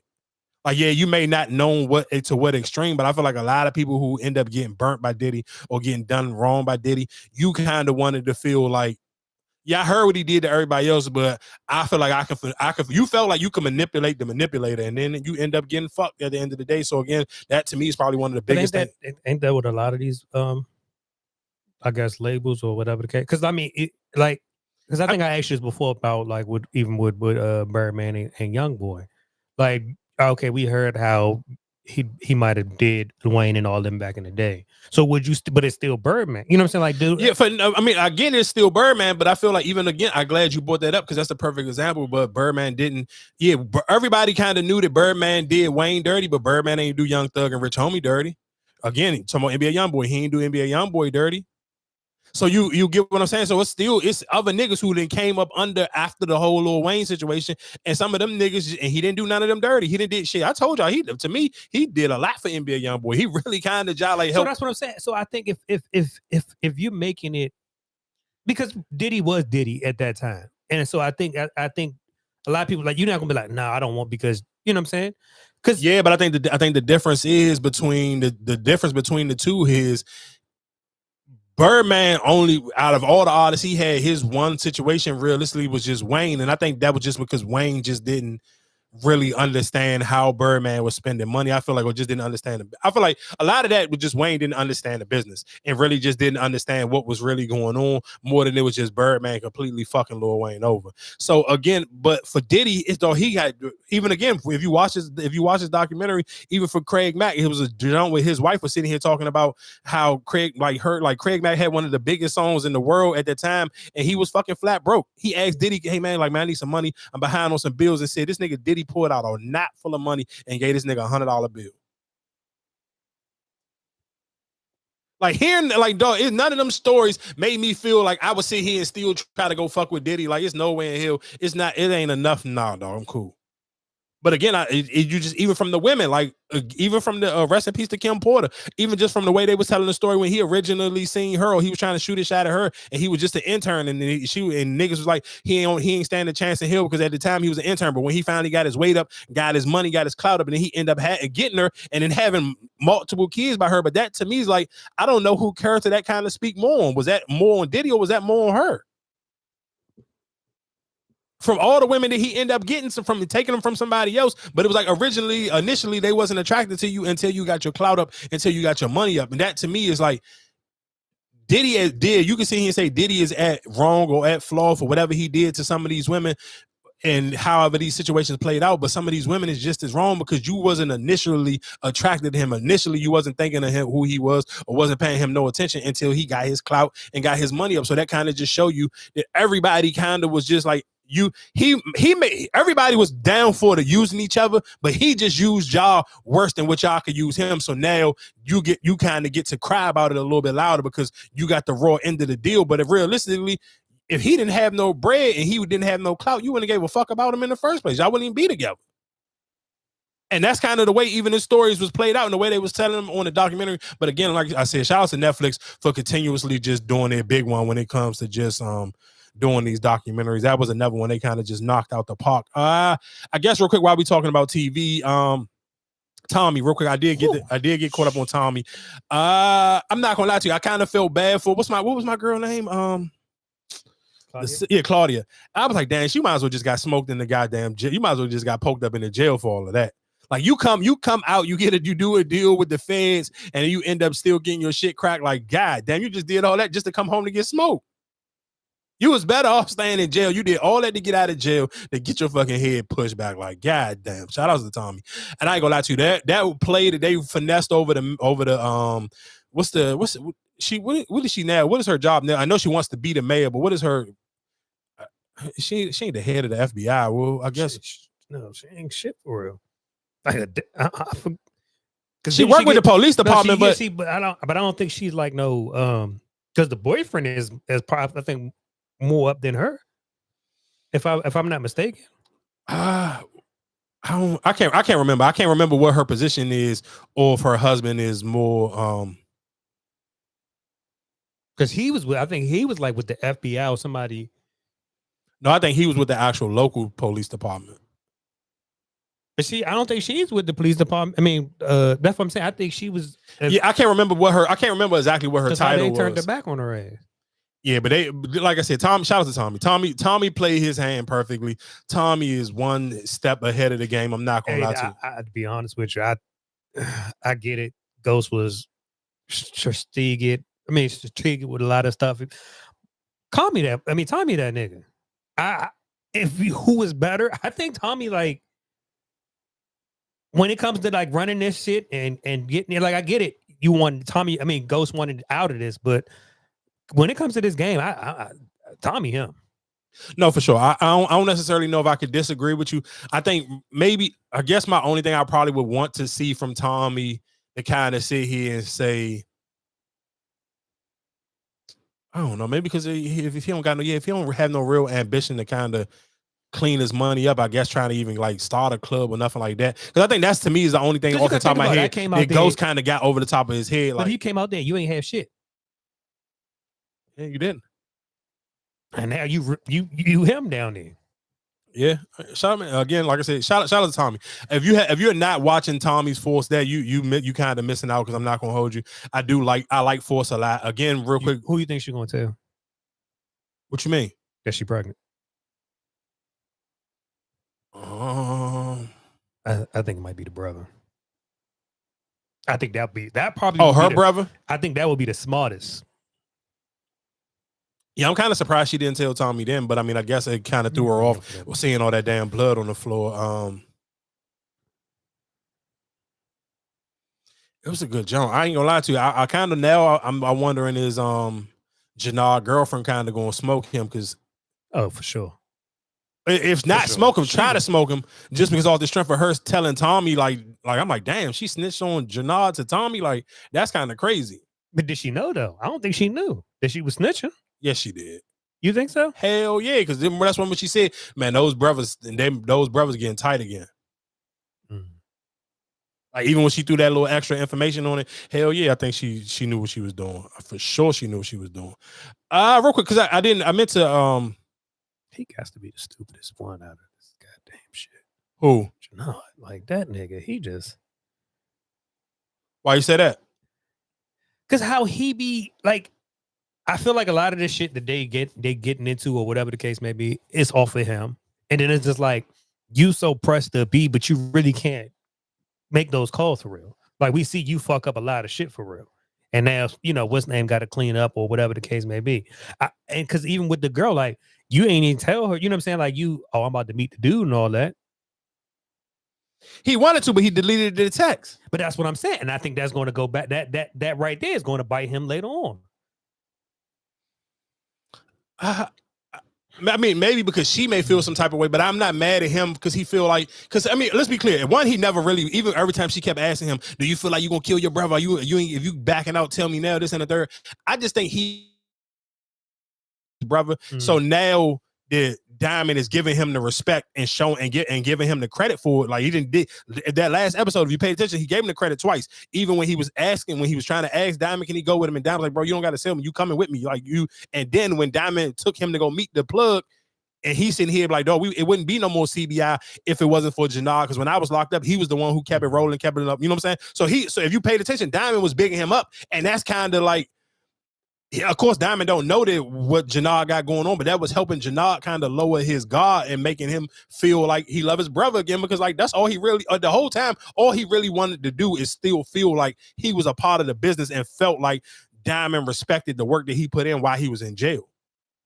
So I do think realistically, Janard, I don't think he trying to cross the girlfriend just to cross her. I just think realistically he was leaning too much on crossing his brother just out of his emotions and feeling like his brother wasn't giving him the credit he deserved. So again, like I said, I don't necessarily. What you think Vic gonna do? Well, out of now find out his sister got killed. I mean, you already seen he trying to now. He got the fake because remember when the niggas came and pressed him out about whoever was taking over their bar, and they was like they was going to back him. He already came sit here and called when he called his sister and left a message on the phone and was like, man, I'm gonna help you with whatever the case may be. I'm gonna sit here and help you, get us back right with the situation. So do you think that's what I'm saying? Do you think he's going to try to? I think Tommy no. out. Of course he can't take Tommy out, but you already whoever them niggas who fake like they gonna back him up, they gonna gas him up and try to put that extra battery in his back. Like, man, I know you ain't gonna let somebody kill your sister. He killed your father. Like, I know how it's gonna kind of play out, but I don't sit here and think realistically. She was stupid. What made you even think you was about to get him by yourself? I was hoping the girl wasn't there yet. When she was like, "Oh, she's about to go home," I was like, oh, "Please don't let this motherfucker sue her." Yeah, I ain't gonna lie to you. I definitely thought she was real. Honestly, I definitely thought Shorty was gonna get killed because I'm like that to me seemed like it was just too much like right for Tommy because like every time he fall in love with a woman, she end up getting killed. I was just like, oh, why she about to get smoked? And she pregnant now. Like that shit was gonna piss the whole fucking audience off because now it's gonna make you like, damn, all right, Lala got killed. He killed the other white girl. Like every time, yeah, like. I ain't gonna hold you. I definitely thought she was gonna get smoked this episode. I guess moving back into music real quick. The game put out a project, and I'm not gonna lie to y'all. I guess my question for you, or for even just for the listeners, do y'all feel like I know that the game can rap, and I know people really speak highly of his music catalog and his skill level of rap. But me trying to get through the project, I'm like, bro, why you got a name drop so much? Like that shit to me sound corny. Even though he wasn't. Yeah, that shit's corny. Even if when he wasn't dissing niggas, but he was just using niggas' names for punchlines. I'm just like, yeah, I think that's just bro. That shit is corny. I ain't gonna hold you. A hip hop rapper, Game, who is a hip hop rapper, is releasing an album, and he has a song on his track list in this upcoming album that's entitled "The Assassination of Candace Owens." I'm having like the best year ever or something. I don't know. Why the game? Why is it got to be song number 13? What's going on? This better not be predictive programming. Okay.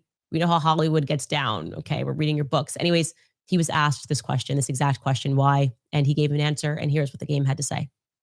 So you got this new mixtape dropping, and then there's this like one track called "The Assassination of Candace Owens." Yeah. Why that title? Because recently I've been seeing like conspiracy theories and about Candace Owens from herself, self-admitted. She feels like people are conspiring her. So what it was, an assassination of the character. So I just used that because it was like current news, but it's not. The song is not about Candace.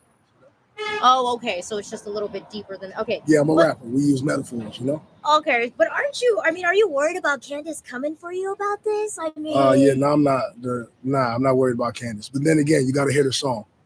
Okay, so she'll understand if she hears the song, maybe. I mean, the thing is, she said that people were trying to assassinate her. So all I did was say it too. You know what I'm saying? So again, the song is not about her, but Candace Owens, man, she real smart, really intelligent woman. But if she comes for me, I mean, it is what it is. It is what it is. There's beef in these streets, okay? There's beef in these streets, and you better be scared because maybe I am coming for you, okay? I could be coming for you. I might drop a whole album. I might drop a whole mixtape too, okay? Anyways, I think it is a form of flattery, obviously. An assassination. I'm friends with Ye, and he makes music, and they do use a lot of metaphors, so I'm not offended by this. Do I love the timing? Could I get a break for 6 months, maybe, and not have that title be there? Sure, but I'm totally okay with this. I think it's kind of cool. I actually kind of think it's cool. I hope the song lyrics are cool, and it's not a diss track. And it's not gonna be like Eminem crying about me on a whole album, but again, like I said, to me, let's be clear. I do think this. I feel like the closer we get into the end of the year, I feel like it's almost the death of the internet, death of the nerds on the internet. And my man, the young boy put his goddamn hoodie on. It's cold. It's the middle of the summer, and I got my hoodie on. Lil Baby is back, ladies and gentlemen, for all you cocksucking nerd, academic fan ass niggas. I hate to tell you that Lil Baby is back. That bitch was on that whole entire project. He was floating like a motherfucker, dog. And that goddamn song with him and Playboy Cardi, I understand why the kids be on Playboy Cardi dick so hard. Cause that nigga, he be having with the rich kids fucking sample. Yeah. Oh my fucking god, boy, that song cranks so goddamn hard. I listened to that bitch like 50 times, no exaggeration. That song fucking cranks so hard.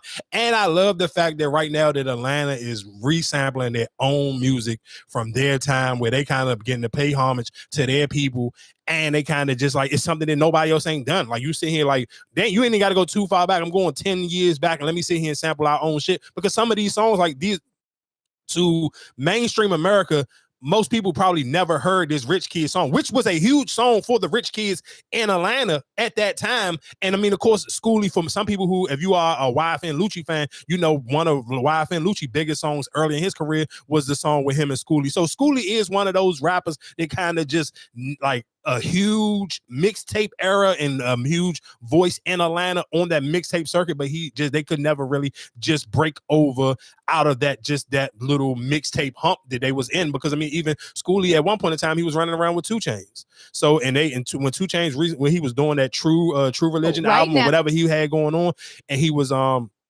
sitting and they was working together, but he still just Schoolie could never really get over the hump. But I feel like right now, for people who are not familiar with Schoolie, even if you don't go get familiar with him after this, to me, after that Metro Boomin joint, because I love that song that Schoolie had on Metro Boomin album, looking good like Megan Good, yeah, whatever, that little song. But this shit right here on this goddamn, man, though, Lil Baby, like, I ain't even gonna, man, goddamn, Lil Baby, I'm glad I ain't never switch up on you, dog. I know there's a lot of niggas was out here eating dick because of academics, and they was trying to sit here and say you was falling off, but this nigga went crazy. Like, and the only thing that was kind of like, I like what he did, but some of the songs, like all the songs that got the super like girly titles to him, bro, he ain't rapping about no girl shit on none of them songs. Like Mrs. Trendsetter, like, I don't even know why he called something like the name of some of these songs is just like, why the fuck did you name this song that? Because it's like, I mean, it may have like a little part in there where he say something about it, but no, that Mrs. Trendsetter, like, he ain't rapping about no, man, that nigga's on that bitch talking, dog. Like that nigga Lil Baby was on this whole junk going crazy, but all the songs were like the super girly junks, like the title was like the nasty girl junk, like he threw me, I hate the hook to that nasty girl song, but just listen to the verse. Like when he get in the pocket on his verses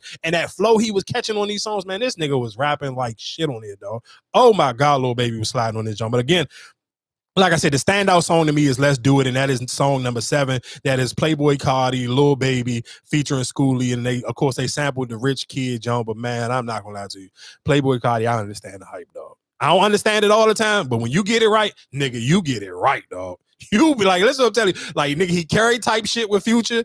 He that all everything red when he sound just like Future. And on, I mean, let's be clear, he's on this song, he sound like Future too, but it's just like a little, like a younger version of Future. Man, goddamn, that's a hit, dog. I don't know what's wrong with you niggas, but you niggas who wanted to sit here and play on Lil Baby name, you niggas got life and the game fucked up. Keep that internet shit in 2025. We moving to 2026 on a whole different type of wave level. The nigga shit already clipped. All this other shit about to be clipped. Get the fuck on somewhere. Keep y'all and y'all badass takes and y'all non-outside fucking version of y'all takes the fuck on the internet from 2025. Moving on to 2026. Allow the cool niggas to sit here and set the temperature, and y'all just shut the fuck up and amen it and move the fuck out the way. Shout out to Lil Baby. That fucking leak project. Yeah, I'm cool. I ain't even gonna hold y'all. He did his big one on that one. That nigga, he did exactly what he was supposed to do on his goddamn project. I'm not gonna lie to you. 10 out of 10 for me, Lil Baby. I don't got no problems. But that song, that number 7 John with Playboy Cardi, yeah, nigga, you got you a hit right there. I promise you. I don't even know how. I don't even think you even need no cool TikTok dances or nothing. I'm sure the kids will figure out one to do to it, but that shit go, man, I swear to God, I played that song like 50 times. No exaggeration. Like, that shit cranks so fucking hard. Real quick, I do want to sit here and say this. Though 12-hour work shifts is probably what started, and I ain't trying to say this in a jokingly way.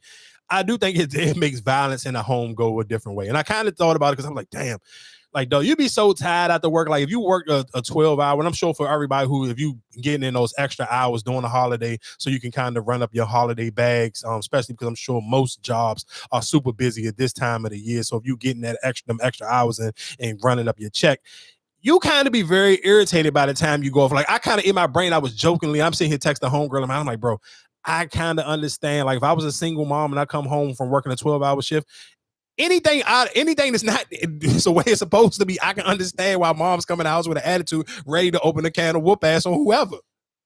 Cause you be your tolerance level is so high, and then shout outs to all the single moms and dads who literally work those type of hours, and you got to go home and still kind of be a parent. Like that shit is tough though. I couldn't even imagine it. Like, cause I'm not gonna hold you. I ain't really watch like even with the Diddy shit. Like I watched that shit while I was working. Like I just haven't had no real time. Like I'm telling y'all how tired I've been. Bro, that the Dairy show, the Welcome to Dairy, they come out on HBO Max. Of course, we record on Sunday, so new episodes come out on Sunday. Dog, it literally, I didn't finish. It took me from fucking Monday to Saturday. I did not finish watching that joke and the shit only an hour. Like it's like 50 something minutes. I'm sitting here literally maybe watch like 10 minutes every night before bed, and I pause the shit and be like, bro, I gotta watch the rest. Like my eyes were just burning. Like, I'm not even gonna lie to you. Like, if you can sit here and go work 12 hours and still do whatever else you're trying to do in life after that, bro, my hat is off to you, because there's no way in hell I could do this. Like, I could not, like, if you follow me on social media, if you pay attention, like, I haven't been clipping up nothing. I ain't been doing no jokes. I just been like, I'm gonna keep my head down for like 2 more weeks, and I'm just gonna grind it out, run up this bag, and then I'll be back on my regular shit. But just like, bro, I can't imagine somebody had to do that. Like, if you had to sit here and work 12 hours every day, like that's your normal, like, and let's be clear, I've done it before the pandemic. This was my normal everyday schedule. But sitting here trying to do that, and you can't, man, I don't know how you can have I don't know how you can have a successful life outside of like, yeah, I'm working, I'm getting your money, you're getting your money, but then like, it's like, what else? Like as a parent, I would be so fucking man, I could not imagine being a single mom or a single dad, bro. I would be ready to put belt to ass. I can understand, like, if I had to work 12 hours every day to sit here and provide for my kids, I'm not gonna lie to you, I would kind of understand why women be on social media bashing their baby father if he ain't doing shit. If I gotta work 12 hours to provide for these kids, and you just some fucking weird being a deadbeat, yeah, you gonna get the smoke every time I feel like sending that shit your way, dog. I ain't even gonna hold you. Like that shit just be like, it's no way in hell. And I guess while we talking about baby fathers, I can kind of play this little clip right here because this shit was kind of funny. My baby mama just got a boyfriend. She gonna say, is it cool if I let him around our kid? And I was like, yeah, please. Tell him to help. Buy some, pay for something. Matter of fact, tell him to splurge. Matter of fact, he already helping me with you. Appreciate you. Matter of fact, let me meet him. Hey, partner, how you? Hey, welcome to the team, my boy. I need your help. I need your help. You ain't gonna make me mad.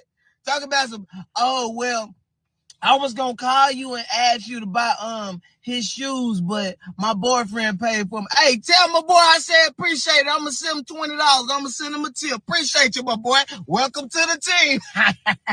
My baby mama just got a boyfriend. She gonna say, is it cool if I let him around our kid? And I was like, yeah, please. Tell him to help. Buy some, pay for something. Matter of fact, tell him to splurge. Matter of fact, he already helping me with you. Appreciate you. Matter of fact, let me meet him. Hey, partner, how you? Hey, welcome to the team, my boy. I need your help. I need your help. You ain't gonna make me mad.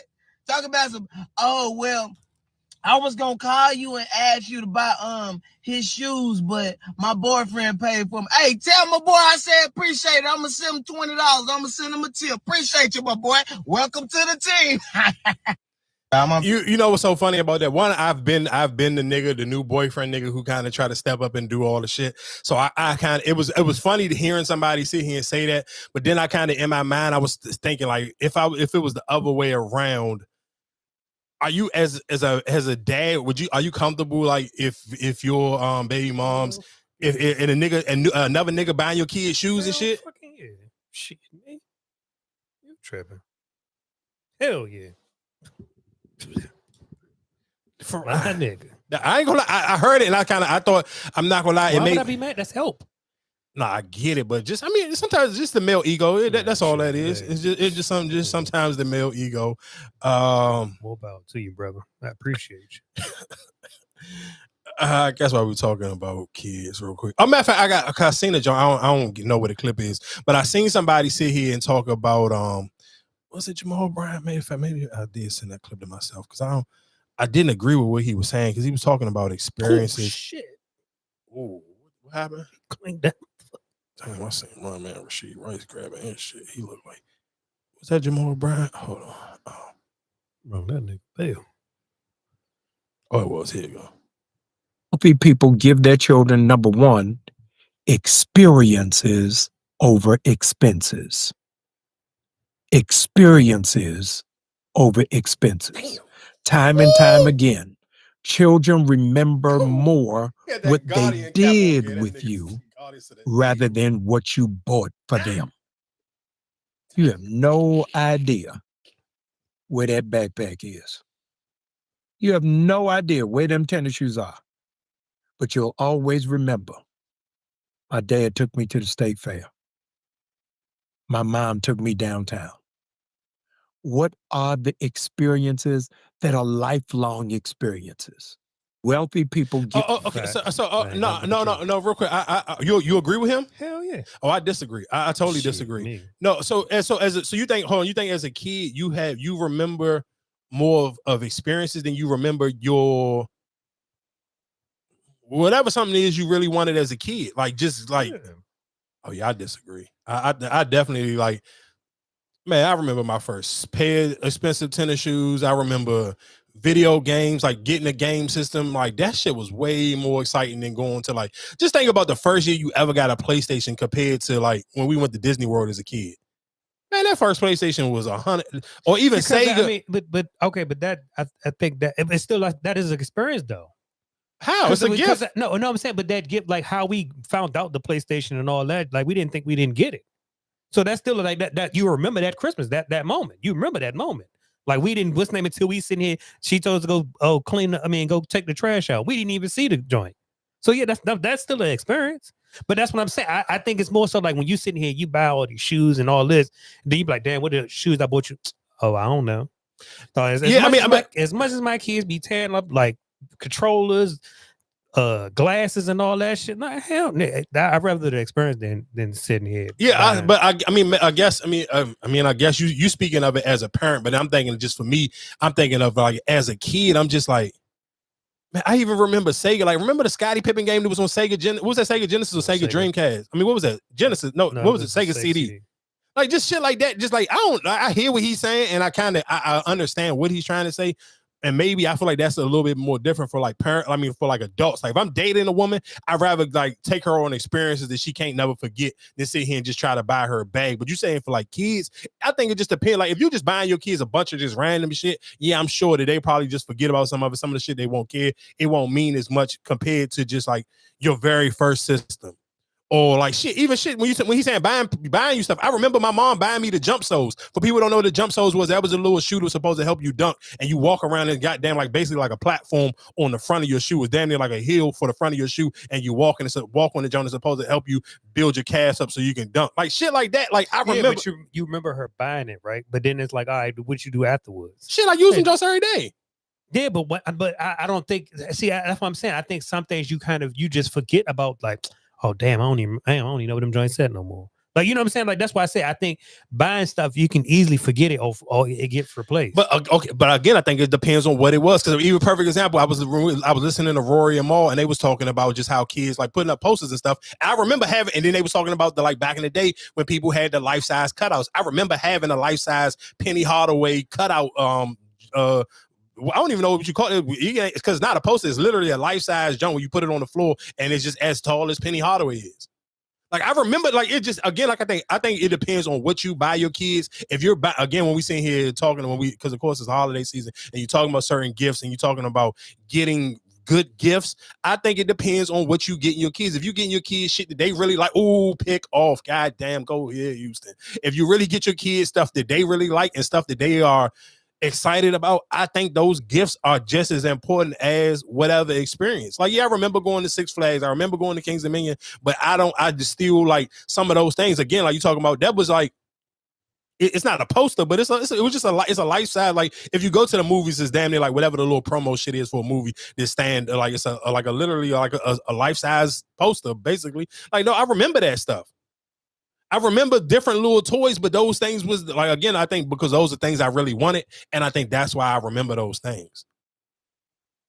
Where it's like I feel like for some toys and clothes and stuff that people get their kids, I feel like their kids really don't care about the shit, and that's why they don't remember it, or that's why they don't treat it with that same level of care. That's why I say I think it's just because, like I said, even with mine, I can, like I said, you can buy them all the game systems in the world, but then they, oh damn, can we go back to New Jersey again? You know what I'm saying? Like stuff like that. That's why I say I don't. To me personally, I'd rather take the experience than buying the gifts. Yeah. Let's go. I guess let's go Beyonce. Again, you know what's so crazy? One thing I will sit here and say before I play this clip about Brandy and Beyonce. Man, shout out to Lauren LaRosa. Like shout out to Lauren LaRosa. And I guess this is a question for people if you really into like the Breakfast Club or just the podcast space. Because I kind of wanted to know, and I've been wanting to say this for a minute. And this shit gonna sound like hate a little bit, but it's just the God honest truth. Like if you really listen to the Breakfast Club, I want you to tell me how you feel about what I'm saying. Dog. I don't know how the fuck Jess Hilarious gonna put out a book and she could barely fucking read herself. Like that shit to me is kind of crazy. Like when you just it be certain shit that just be like, that don't matter. What the fuck you mean it don't matter? How the fuck am I gonna buy a book of somebody who can't read their goddamn self? Like that don't sound crazy to you? Put out a book. I wouldn't buy none of them shits neither. I thought you did. Fuck no, I ain't got no fucking hell no. I thought you. Why the fuck would I do that for? I thought you talked about because that's why I'm like, was he actually talking? And you know, no, I never bought no rapper book. Like fuck no, like I don't. That shit is just like. It's not like they actually, you know what I'm saying? Like you sitting down telling people. Yeah, I mean, god damn, good catch and first down. No, of course, I mean, of course, you're not writing it all yourself, but it's just to me, it's just crazy. Like the same way. I said this before on here. I look at Queen's Flip and fucking Jess Hilarious as like they twins. Like they the same nigga. One just a girl and the other one a nigga. Like I be thinking both of them is just as dumb. Like it's just be some shit to just be like it's mind-boggling to me. But again, I wanted to sit here and say, man, just shout out to Lauren LaRosa because I know a lot of people always kind of just try to I even seen academics where he was trying to say, he said, oh, what's the next big hip hop space? People don't look at this. Like, dog, let me tell you something. Most people, especially if you really if you into hip hop culture, you into black culture, most people go to Lauren LaRosa for whatever their news is. She may not be giving you takes, but the actual news on what's going on, Lauren LaRosa has carved a huge space for herself via the Breakfast Club in this last year. So I just want to give credit to Lauren LaRosa for just continuously, like when you want the real news and want to figure out what's going on, Lauren LaRosa constantly just brings you the news. I don't know how the Breakfast Club will continuously. I feel like at this point, like for people to be like, why the fuck do Joe Budden still got Queen's Flip on there? I be thinking the same shit about Jess Hilarious every fuck. I feel like the same way about both of them, to be honest. Like I said, those to me, they two twins. One's a girl and one's a nigga. I feel the same way about both of them. Anytime I hear either one of them talk or they be in an interview, like you really a Breakfast Club fan like me and you watch them interviews, like bro, Jess just be in that motherfucker ad-libbing. Like what, like, man, there's no way. I want to interview. I want to know who worked. I want to know who owned iHeart. I just want to know whoever cut the check for them. I want to interview them and be like, dog, how do you feel about them sitting here making you still cut this check for fucking Jess Hilarious? Because what the fuck are you paying her for? Yeah, so y'all remember yesterday we did the conversation about Ray J and he was saying, Beyonce, Jay-Z, come take some pictures with Brandy. Yeah. Right. I got so many phone calls yesterday. Like I didn't even go looking for this. I got so many phone calls yesterday. From Ray J? Or just it was sources? not. No. It was not Ray J. Let's be very clear. I did not talk to Ray J about this story. That is not the sources that I spoke to. But yesterday, I got calls from people that are close to the tour and people that would know who called me and said, "Hey, I saw the report and now there's video circulating online of Brandy walking right past Beyonce backstage and just different things." And they're like, they don't fool with each other. Like They don't. Beyonce and Brandy? Yeah. So from what I'm told, hold on now. Let me they- sip my tea. from what I'm told, they do not fool with each other. I mean, Jess, you made a comment yesterday. You said you can't miss Brandy at that tour. Yeah. What you know, Jess? And no, I don't know now. I will say though, that comment with when the person called me, all right, y'all. So y'all remember yesterday we said I just want to, thank Jess for, making a point that makes sense because you can't miss Brandy at the tour. But from what I was told is that at one point there was a cordial relationship. I was told that Kelly Rowland and Brandy actually used to be pretty close, but even that has subsided in years.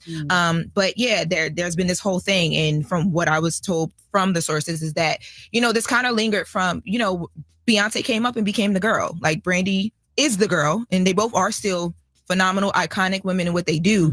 But at some point during Beyonce's climb, things kind of got a little bit rocky, and they haven't established anything better from that point. So you're saying that Lauren LaRosa is saying that Brandy and Beyonce don't Yes. rock with each other? From what I'm being told, yes. That's what Lauren LaRosa's sources are saying. My sources are saying. Don't put that on LL Cool, baby. She's just I'm just delivering here some news. reporting it. all right. Just reporting Yeah. some news. And we don't know the reason why.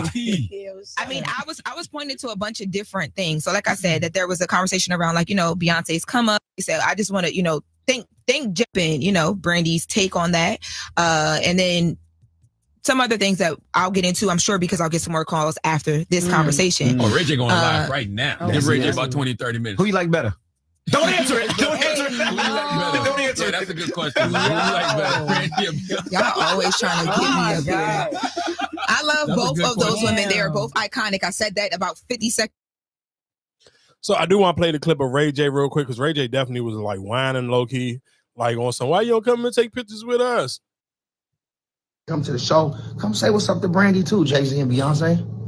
That's it. Because we big fans. We got our family in there, our cousins, and we know y'all there, and we love y'all, and we look up to y'all. For y'all to come to every one of Brandy and Monica's shows and never say what's up to B, and take all the pictures and all. I mean, it just I don't like it. And I love you, Jay, and I love you, B. Please.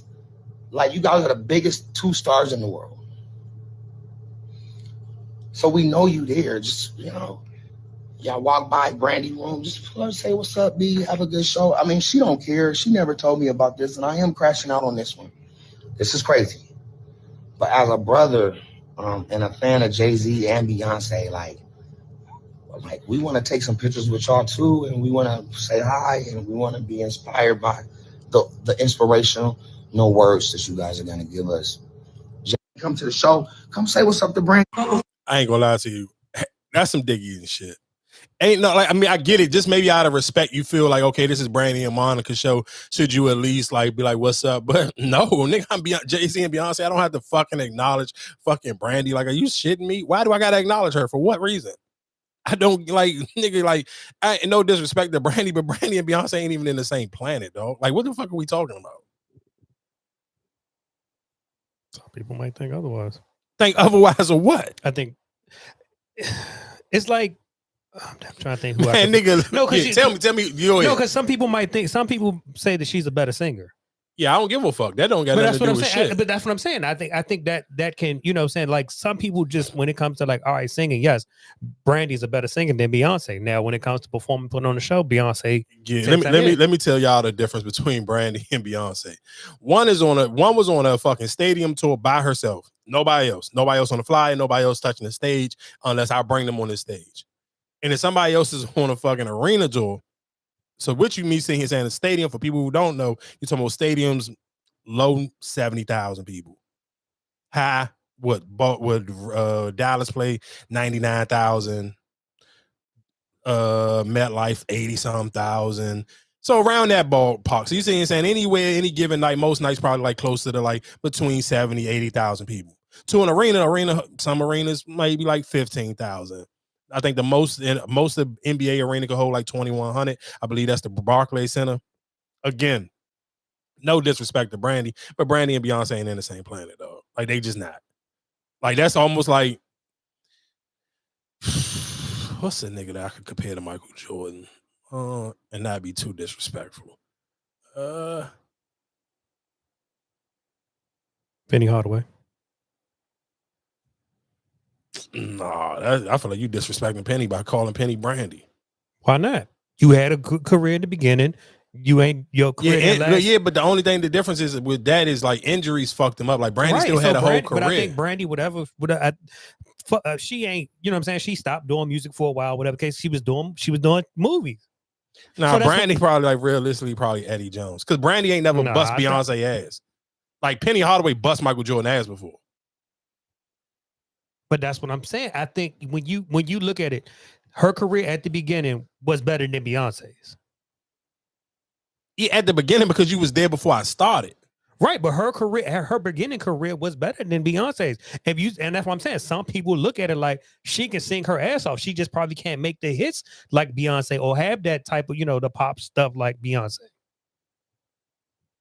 I mean, I'm not, like I said, I'm not a huge R&B person, so I can't have that argument, but I just think that I feel like Beyonce is just in a different planet. Like Beyonce is Beyonce, dog. Like Brandy cool. Like I ain't trying to disrespect Brandy. She cool, but she ain't Beyonce. Like, come on, dog. Like I hate that. Like whatever Brandy's biggest song is, if it's I Want to Be Down or whatever the fuck it is, bro, it's not fucking with Beyonce's number 50 song. Whatever you feel like Beyonce's top 50 songs is, Brandy's number 1 song can't put his nuts against Beyonce's number 50, dog. I'm just being honest. And I'm not a huge R&B person, but I know that for a fact. Like if you sit here saying they said people be calling her like the Bible of singing. You know what I'm saying? Like that's what I'm saying. When it comes to singing, they put Brandy up there on a high pedestal, a very high pedestal. Yeah, and a lot of niggas put the game at a high pedestal. But like okay, I'm trying to think who else. Because I'm trying to think like singing wise, like for Chris Brown or somebody like that. Like Chris Brown's a hell of a performer. Like, you know what I'm saying? Like it's some people who can just out sing, you know what I'm saying, can sing better than him. But when it comes to performance, you know what I'm saying? Like that's what I'm saying. If you're talking about singing, I'm pretty sure hands down, a lot of people would say they would take Brandy when it comes to singing. I mean, I guess. What else? I guess we go somewhere Walker. Figure out what somebody want and how somebody like it. And it's just... What was the first thing you did when you got off tour? When I got surgery. Did you? Yes, I love surgery. I love surgery. I love surgery. What did you get done? I got my titties redone for the 4th time. Really? I got my lipo for the 2nd time. I wanted to remove a rib, but they wouldn't let me. Summer. Because I had an album video and all this press stuff. And you have the tiniest waist though, but not to you, right? I was gonna be... You doing all that? Look, I'm like, I might need a number because I think I want to. Doesn't that scare you a little bit? Yeah, hey, hey, you are funny, man. I love her. I'm gonna get some just content like scripts or she anything. actually has where's the podcast? Like, is that coming back to Apple? Yeah. I love Apple. If they want to bring it back. Damo said she had a really good time working with you on that Apple podcast. I can't wait to see more episodes of it because I think that you're like surprisingly in your bag when you do that. Oh, thank you. Yes. Because I know some people would think that you wouldn't be. I ain't gonna lie to you. I don't know if Summer Walker trolling, but if she not, that I'm thoughts and prayers to her because that's a different level of fucking insecurity, a different level of body dysmorphia. Because and the reason why I'm sitting here saying like I hope she's being honest and that's how she feels because that's not even something to me, nothing to play with. Because I don't even think you should be promoting that type of shit. Sitting here saying you done went and got your titties done 4 times because it's just like, bro, like that's a one again. Like I said, and I understand. But I know people do. Of course, I understand. Listen, I'm not trying to shame her because I understand body dysmorphia is a real thing. Especially, I tell y'all that all the time. Even when people start working out, because then you start over critiquing yourself. At first, you just wanted to get skinny. Now you want to get muscles. Now you want a 6-pack. I listen to them say I've dealt with all of that shit, but all of those things is healthy because you're in the gym actually working to like enhance your body or lose whatever fat you're trying to lose. But her to sit here and say I didn't went and got my titties done 4 different times. Like, bro, that is a fucking again, we talking about that's a huge red flag on you got body dysmorphia. Like that's a mental issue. Like you look in the mirror and you always find something you don't like. Like that's not healthy, dog. Again, maybe I don't know. She was playing with I want to take my rib out shit. Like that shit is crazy to me. No, she was very serious. I mean, but see, I think that's the thing. Like, oh, we didn't go right the first time. oh, this, you know what I'm saying? Like, oh, I got this, but I got him too big. Because what was I think was Sexy Red? Somebody was saying like she done it a couple of times. And I even who was that I was just looking at? Because she just got hers taken out for a small Delicious. Yeah, that shit crazy though. I ain't gonna lie to you. You had to be very careful with that body dysmorphia. Why are we talking about body? Here we go. Is there diet culture on the parking meters? Why do we have on the parking meters? Sometimes I diet, don't feed me on the following holidays. Why are we promoting fat phobia and diet culture even on the parking meters in LA? It gets to a point. It really does get to a point. This is an issue and this needs to be fixed. West Hollywood, this is actually disgusting. Again, one thing I will say, y'all know I'm going to always push, take your ass to the gym. I know it's getting close to the new year and everybody, new year, new me. And if you are one of those people who want to start working out, one thing I will recommend is, hey, go get you listen to what I'm saying. If you listen to this on Tuesday or whatever day of the week you get to this, if you want to go to the gym, go get, and you don't have a gym membership already, go get you one now. Start going on Sundays. I know some people be in their head, I don't want to go to the gym. It be too many people in this, always packed. I'm telling you what day be empty. Sunday. Let's be clear. It may not get is because a lot of teams is looking fucking funny in the light right now. A lot of teams looking like their season might be wrapped, so the gyms may get a little bit more packed on Sunday. But right now, like I went to the gym today, man. Damn, football Sunday, man. That gym be so fucking empty. That's the best. To me, the best day out of the week to go is Sunday. Sunday is the best day to go because the gyms be empty, especially during football season. Because everybody, just watching football, whatever the house in the house, cool. Especially right now during the holidays, especially for these next 2 Sundays. Again, like I said, go get you a membership now. You can get in there and get yourself already kind of getting the ball rolling for yourself, where you don't have to worry about a bunch of people. You ain't got to worry about, I don't know how to use the machines. I don't want people looking at me. All the excuses that you normally would come up with. This is the perfect time. You got two Sundays right now before the holiday even come in, where I promise you they're gonna be empty. Why? Because people are already going to do last minute shopping. And for most people, especially if you work during the week, 9 times out of 10, your day you're going to go do your majority of your shopping is on Sunday. And let's be clear, because I know we'll get on social media and people will sit here and be trying to tell y'all about just about, oh man, people ain't spending money or people don't got. Listen, be clear. I went and got my TV today. Niggas is spending money. I was in that Best Buy and I'm talking about all types of Spanish people, black people. Niggas was in there buying refrigerators, TVs, buying headphones, buying everything. Like niggas is spending money. I'm not saying I don't know if people spending with their credit card or what they doing, but trust and believe people are out here spending money during this holiday season. Huh? What made you go to Best Buy? Just because I feel like Best Buy they had some good TVs. Because when I called you, I was asking you about the Roku John, the lady, and the girl told me like, bro, don't buy this TV. This TV only gonna last you like 2 years. We got the same. They literally had a Samsung for like $50 or $60 more.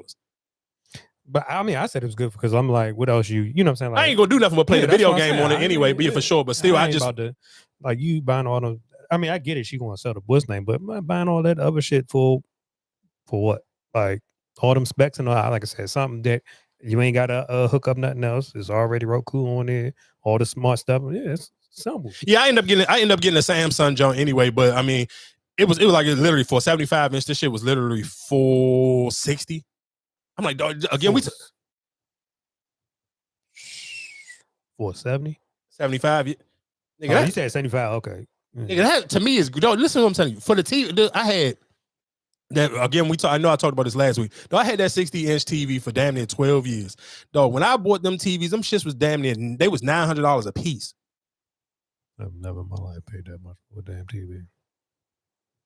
Nigga, Friday is always but listen to what I'm saying. But you know what? Listen to what I'm saying. But that's just, to me, it's just so mind-boggling and it's so crazy because it's just like, damn, times have really just changed so much. Because when people complain about shit, of course, being more expensive, but then it'd be certain shit like a TV was like, damn, TVs is dirt cheap now. You're talking about you talking about sitting here saying now I had a 60-inch TV. So now you're sitting here saying I got a TV 15 more inches for fucking $500 less. And y'all got to think about it. I'm sitting here saying I had this TV 12 years ago. So this shit was a flat screen, but it's not a flat screen for real. That bitch was still heavy. Mm-hmm. Like that shit still had some weight, and it had like a little mini back to it. Like not a huge back, but it was literally for 12 years ago, all TVs wasn't completely flat screen at this point. Wasn't a So, smart like, TV. did the picture go out on it, or it's still? No, it was still straight. Like I literally was playing the game on the TV yesterday, but it was just like I'm gonna tell you how you know that that TV was on his last legs. One, because sometimes it just took too much to even change the like had to push the button on the side to even change it from the HDMI 1 to HDMI 2. I'm like, but that shit started to get irritating. Or turn the TV up and turn the TV down. Like a lot of that shit was just like, all right, come on, dog. That's how I knew. And that's why I would like the Roku stuff, because it's like, all right, I could just like I get you the remote, though. You know what I'm saying? Like you can easily control everything. You know, if I lose the remote, I can control my phone, or I can, you know what I'm saying, do it like that. That's why I say I get it. They be trying to sell the names, but like I said, if you ain't about to sit here and be watching no damn movies and all that, I ain't about Yeah, because I don't even at nighttime, I don't leave my TV on. Just one, because the older I get, I ain't trying to have no bright ass light on anyway. I'll even like y'all know I'll listen to shit at nighttime, but I'll still just listen to it and listen to it on my phone instead of having the TV on, because you can just turn your phone and put your phone upside down and put the phone, space it away. So again, like I said, if you know, it's one thing I'm kind of like I'm mad it went out. What? You remember picture? What's that? Like when the TVs used to have, like you be able to put more than one picture on the screen. Oh, like a smaller, like something smaller. Like a small one, or sometimes they had the joints to split the screen. That's something they need to bring back. Like that's something that they need to bring back. Cause I'm like, dog, like when you be like you said, if I'm playing the game, or I might want to be watching the basketball game while I'm playing the game. If I could be able to put a little screen right there, man, hell yeah, that's something. But which okay, so I guess for that, just real quick, which sound do you which sound do you let play out? I mean, and we can kind of get me personally. I mean, I'm already when I'm playing the game, I'm listening to my music and stuff like that. Okay. So I got the Apple Music playing. Oh, okay. I was just wondering, because I'm one of those people where I don't like, because I guess if we just talking video games real quick, for people who do play video games, I guess I would ask y'all, like, the same question is, do you leave your video game sound on? Or are you somebody who listen to music in the background, or are you somebody who may be watching a movie or something? Because I multitask. Anytime I'm playing a game, I'm either editing a video on my phone, or I'm watching whatever series or TV show I'm watching. 9 times out of 10, I watch the shit on my phone. So I realistically don't even watch TV. I realistically use my TV to play video games. And it's just so crazy. Like when you think about it, as when you talk about just like stuff you get as a kid, and we think about when you was a kid, where it's like, just think about the younger you wish that you, because like my parents would never in my fucking, the good TV, you're not playing no video games on my parents' good TV. That's just it's just so funny to be like, damn, the older you get, like that's the first thing adults do. Like you want to buy a TV just to play video games on, because when you was a kid, like nigga, you gonna play the video games on the smallest TV, the oldest TV you got in the house. Trust me, my parents have bought new TVs, and you ain't never in your life, they can have a brand new TV on the living room, and you ain't hooking no fucking game up on that goddamn living room TV. That small ass TV in the kitchen, or that small ass TV in your room, that's where you gonna hook them video games at. You not hooking no video game system up to my new fucking TV. That shit ain't gonna happen. So just to think about it as an adult, and as when you get older, and now you can sit here and got your own money, you can go buy a TV just to play video games on. That's just so funny, just how life kind of can force people who grew up playing video games. I'm sure that's a funny thing, just on how life can go. But I was just even thinking about it, like sometimes when I was like, even when I do cut the game up, sometimes I'm not gonna lie to you. I think of course, rest in peace to John Madden. I think that the commentating on Madden is just mid. That shit just like it, because it's not constant like on 2K. Like 2K got that shit down packed. Like I ain't even gonna hold you. But I think it all get repetitive. For sure, and that's another reason why I'll just cut it down. Like after, like you hear it once, it kind of like it is. Sometimes even the game kind of like I was mad, like because even like with now, I don't know if you just started playing the Madden, but I know how like I do kind of like where even when they showing like during the halftime, like they might show highlights of other games. Oh yeah, no, yeah, like something yeah, like yeah, that. Yeah, but you talking about like the actual commentating? Yeah, it don't. Yeah, it don't do nothing. And because they be too quiet, because I mean they call it after they don't like ain't really. I mean they'll tell you like, oh hey, you on a such and such how many game winning streak, or this, that, and the third, or he went for however many games the last game you went for 2. But it's not like it's okay, but it's not.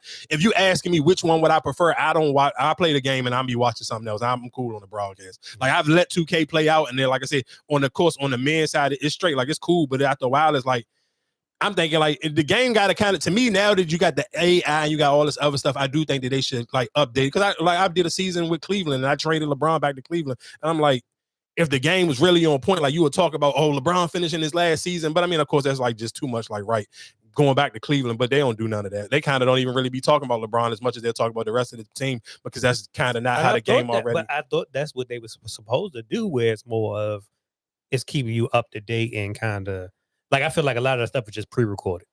Oh, for sure. Like it's not nothing like, oh well, yeah, they've been on such and such.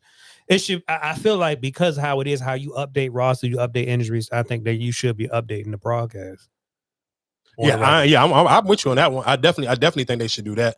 But like I said, yeah, just shout out to everybody getting ready for the holidays. It do again. I don't know why I feel like this month kind of moving slow, but it's just moving slow. I feel like it is. Maybe just because I've been working so much, it seemed like a little bit slower than normally. Because and realistically, probably that's all it is. Like all my days just seem long as shit just because I changed it. Because they'd be like, at one point in time, like when I just my regular shit and I'm just like really just locked in on creating content, I be feeling like days be flying by and I don't even know what day of the week it is. But again, I do want to play this clip real quick of Draymond Green talking about and people kind of was giving, I don't know why people was giving him hell for this, because this is their fourth child. So people was kind of giving Draymond Green slack for missing out on his fourth child's birth. Draymond, your family is about to grow. What is it like going on the road knowing something like really big and important is on the horizon? Sucks. Pretty, if I'm honest. But nonetheless, this is my job. I love to do my job, so, but it's terrible, if I'm honest. It's not the first time I've been in this position, though. But my wife does a great job. She's strong. I'll do all I can to get back here if I need to. Draymond, your family is. So people, like I said, your family is people was dragging him. So one woman tweeted out and said, missing your child's birth for a regular season game, y'all was bound to lose anyway. The sacrifices that Wags make. I'm sorry, I'm not missing my child's birth for a basketball game. The birth of your child is only once. Anything could have happened to your wife, and you sitting here still at a regular season basketball game. Leaving your wife to her birth is fucked up. Regular season game is not even important. Why not be there for your wife? It's just a regular season game. You're gonna regret this. Like my only thing of it, and I hear everybody saying this, and there was a lot of people saying Draymond. I'm a Draymond fan, but bro, you have missing out on the moment with your wife and family. But it's like, bro, this is kid number 4. Yeah.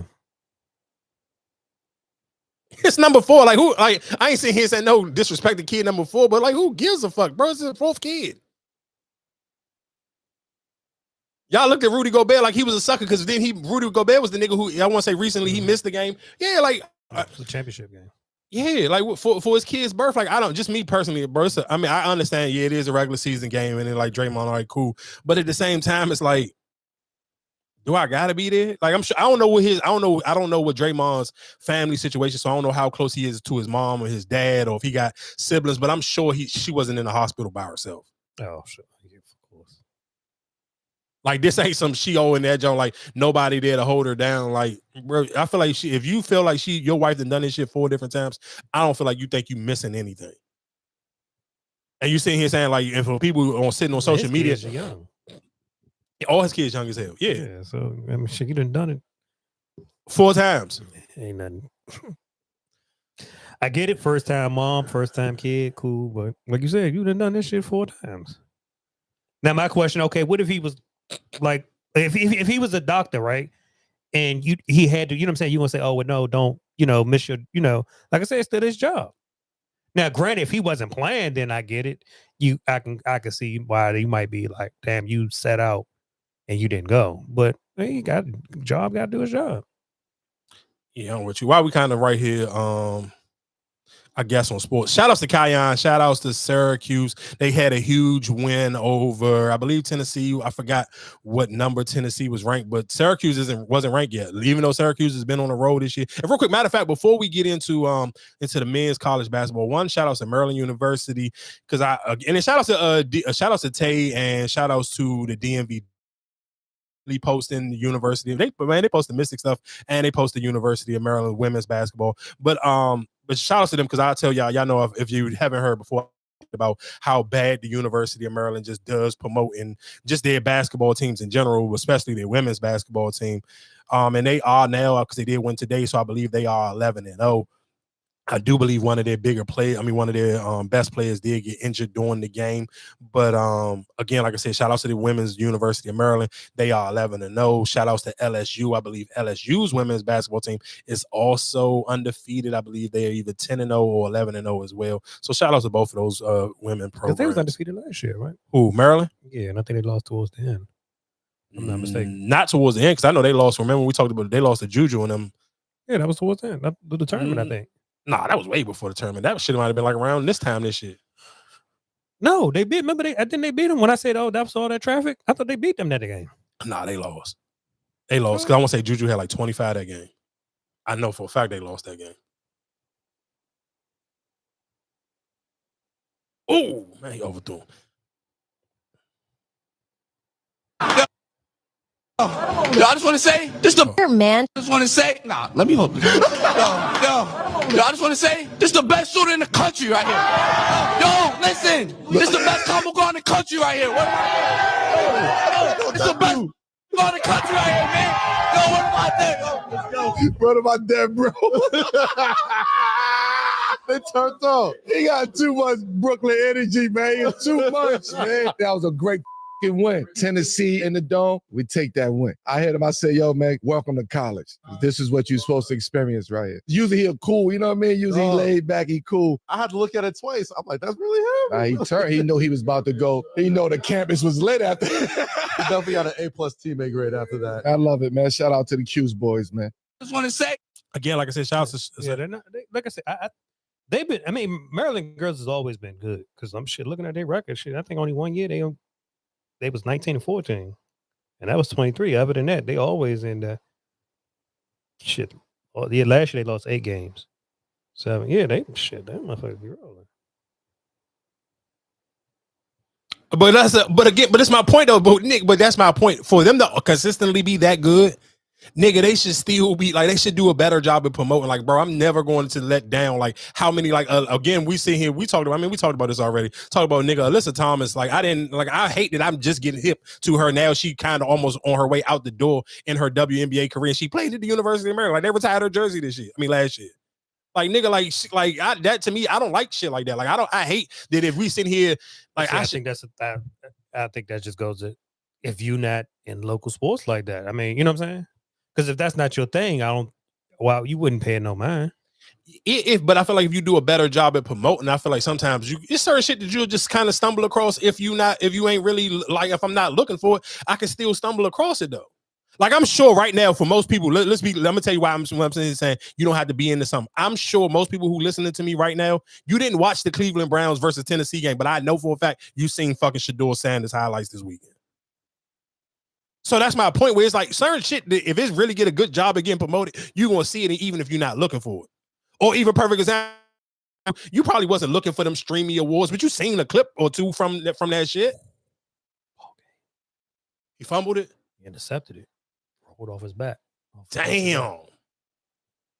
Hey, real quick, I know y'all know we be recording. Y'all know when we record, we watch a Sunday Night Football too. Man, shout out to the Houston fucking what's this? I'm gonna call these niggas the Houston Rockets. What the fuck is the Houston Texans? Bro, their defense this season, I don't know what's up with CJ Stroud because he just like been struggling, but nigga, this defense has been putting belt to ass the last couple of weeks. Like the last 4 weeks, Houston Texas defense has literally been fucking unstoppable. Today, when they playing Kansas City, what's this like? This their third pick. Nigga, they done picked Patrick Mahomes all 3 fucking times on Sunday Night Football. Shout out to the Houston Texans, dog. God damn. And that's and again, like, man, Lamar Jackson, you a bitch, dog. That's all I want to say and say. Fuck Lamar Jackson. You are a black bitch. You black ass Florida bitch. I'm not gonna lie. Dog, this is the year. Patrick Mahomes ain't even gonna make the fucking playoffs, and your bitch ass gonna be right at home with his ass. I can't believe you, man. Fuck Lamar Jackson, dog. That nigga's a whore, man. I cannot. That nigga's a bitch. Oh my God, fuck Lamar Jackson. But real quick, again, like I said, shout out to Shedeur Sanders. He had 393 total yards, 300 passing yards, 93 rushing. Shedeur Sanders is the first rookie this season to throw over 300 yards. I mean, and of course, I mean, realistically, for all the people who try to sit here and tell niggas that they didn't know what they was watching, you don't know nothing about college football, it's not no conspiracy against Shedeur Sanders. Hey, dog, pigs can fly too sometimes. That's all I'm gonna tell you. I don't know what to tell y'all niggas. Nigga ain't gonna see it. Like what the now? This is in the NFL. The number one. He played the Tennessee Titans. Though he outplayed the number one draft pick. The number one draft pick of the NFL. Fucking Shador Sanders wiped his fucking balls and ass with that nigga today. So how the fuck did they lose? Cause the fucking coach nigga they went for no, let's be clear. The Titans was putting the ass on the Browns early. But see, and that's my thing with Myles Garrett, dog. Like you keep woofing and or doing all this shit. You feel like you supposed to be defensive player of the year, but your fucking team is terrible. How the hell you let the Titans score 30-something points? Yeah, that one's crazy. Like that's crazy. That's why I'm just like, how the fuck did y'all even lose that game? Yeah. Titans got what? One now, two wins now? Yeah, 2. This is the second win. But like that's fucking crazy. I want to say I think he had 20 sacks at halftime or something like that. Because I think the record 21 or 22. Yeah, which he probably broke majority of them. What was the game before that when they booty butt games and they still lost? He had 5. I think I forgot who it was. He had 5. My only thing with him is just like no that game that he sacks was against the Raiders. No, it was against the Raiders. No, but they ain't win that. They did. They beat the Raiders that game. That was the Raiders, not Ravens. Raiders. Oh, about to say. Yeah, the Raiders. That was he came in the Ravens game. Yeah. No. The Raiders game. Didn't fucking Myles Garrett had like 7 sacks that one game. Yeah, man. I don't know. I don't get that. But yeah, again, like I said, man, shout out to Shador. He did his part. That's all I'm saying. A total of 393 yards out of all them quarterbacks that they try to sit here and gas up. Oh, Jackson Dodd and all these other niggas. Ain't not one of them niggas been thrown for 300 yards this season. And all them niggas been starting. Jackson Dodd is I'm not mad at him. He's a crash dummy, but I ain't mad at him. Shout out to Jackson Dodd. That nigga's a fucking idiot. Like he is literally a dumbass white boy. And he gonna end up sitting into his career early, but I ain't gonna go out on your own way. Like that nigga said, though, I've been playing football my whole life. I'm here because the way I play. I ain't mad at a nigga for that.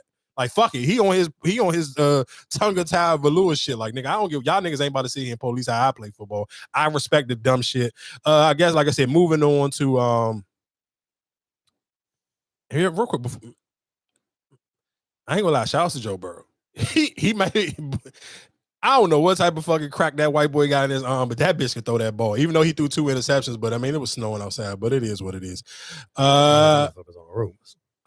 I said they had them on the ropes. Oh, no, that's why they almost won that fucking game. That fucking snow probably realistically helped Buffalo out, and I understand why the fucking owner don't want to put a goddamn dome over that goddamn. But to me, it's stupid. If I own the football team, I'm putting a dome over my shit. I don't give a fuck. Even if it's an open closed jump, I have to have a dome on my jump. I just know in hell I'm going to bribe, especially in going in like into the new year. Now, if I wouldn't buy, I get what you're saying. I would not build a new stadium without one. Yeah, without one. Yeah, that's what I'm saying. Yeah. The new one in Buffalo. I think this their last season playing in there. Really? Yeah. You bought a brand, you spent $1 billion on a fucking new stadium and you still keep it outdoors. Like that shit to me is dumb. Because now you never gonna get a Super Bowl because but I think the way what's name is nothing will get in. The way it is, the way it's designed. I thought I seen somebody saying that. I thought I heard them say that, but I wasn't 100% positive if that's how they did it. I think that's what it is. It's either them or Kansas City. I know they said the way they designed it, nothing can come in. Like even like the wind or anything like that, it would. Yeah, that to me, yeah. If you gonna keep it open, do it like that. That's the smart way to do it. Because that to me just like I'm not. Especially if you got a team that's going, it's going to make it in the playoffs. I don't want to fuck my chances up of going to the Super Bowl by playing in the weather. But sometimes that's in your advantage. No, sometimes it's in your advantage, but then sometimes it's not. That shit. Look at last year. You won that game in the snow.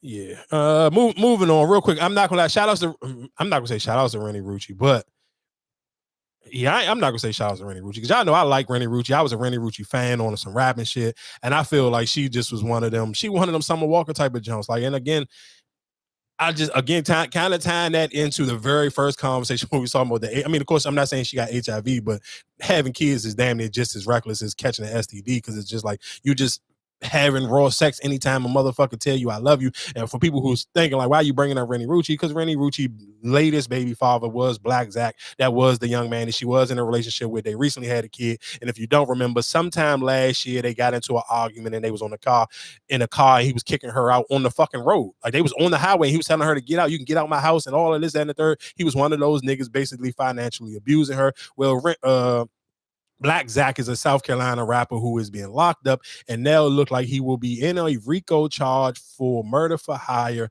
And if he is found guilty in South Carolina, I tell y'all this about them red states all the time, they will make an example out of your black ass. So he is facing the death penalty if he is found guilty. WIS is getting a look at the Columbia-based rapper arrested on federal RICO charges. 34-year-old Zachary Chapman, who goes by the rapper name Black Zach, pleaded not guilty in federal court yesterday. He was arrested by U.S. Marshals and booked inside a Spartanburg County jail this week. In a 22-page indictment, Chapman is accused of several crimes, including an alleged murder for hire plot in Columbia 4 years ago. You can read the full indictment right now on our website. Chapman is scheduled to have another hearing on Monday in Greenville. So, and again, reason why I brought up Rennie Rucci, because she was going back and forth with people on the Shade Room comments when people was like, damn, you an idiot, or this and occurred. And so she, you know, one of the girls, I guess, that she clapped back to was a girl who had like half naked pictures on social media. So Rennie Rucci was like, you can't sit here and talk about my decision making and you half naked on social media. So we both don't make good decisions. But Rennie Rucci, realistically, her first two kids, her son and her daughter, are teenagers.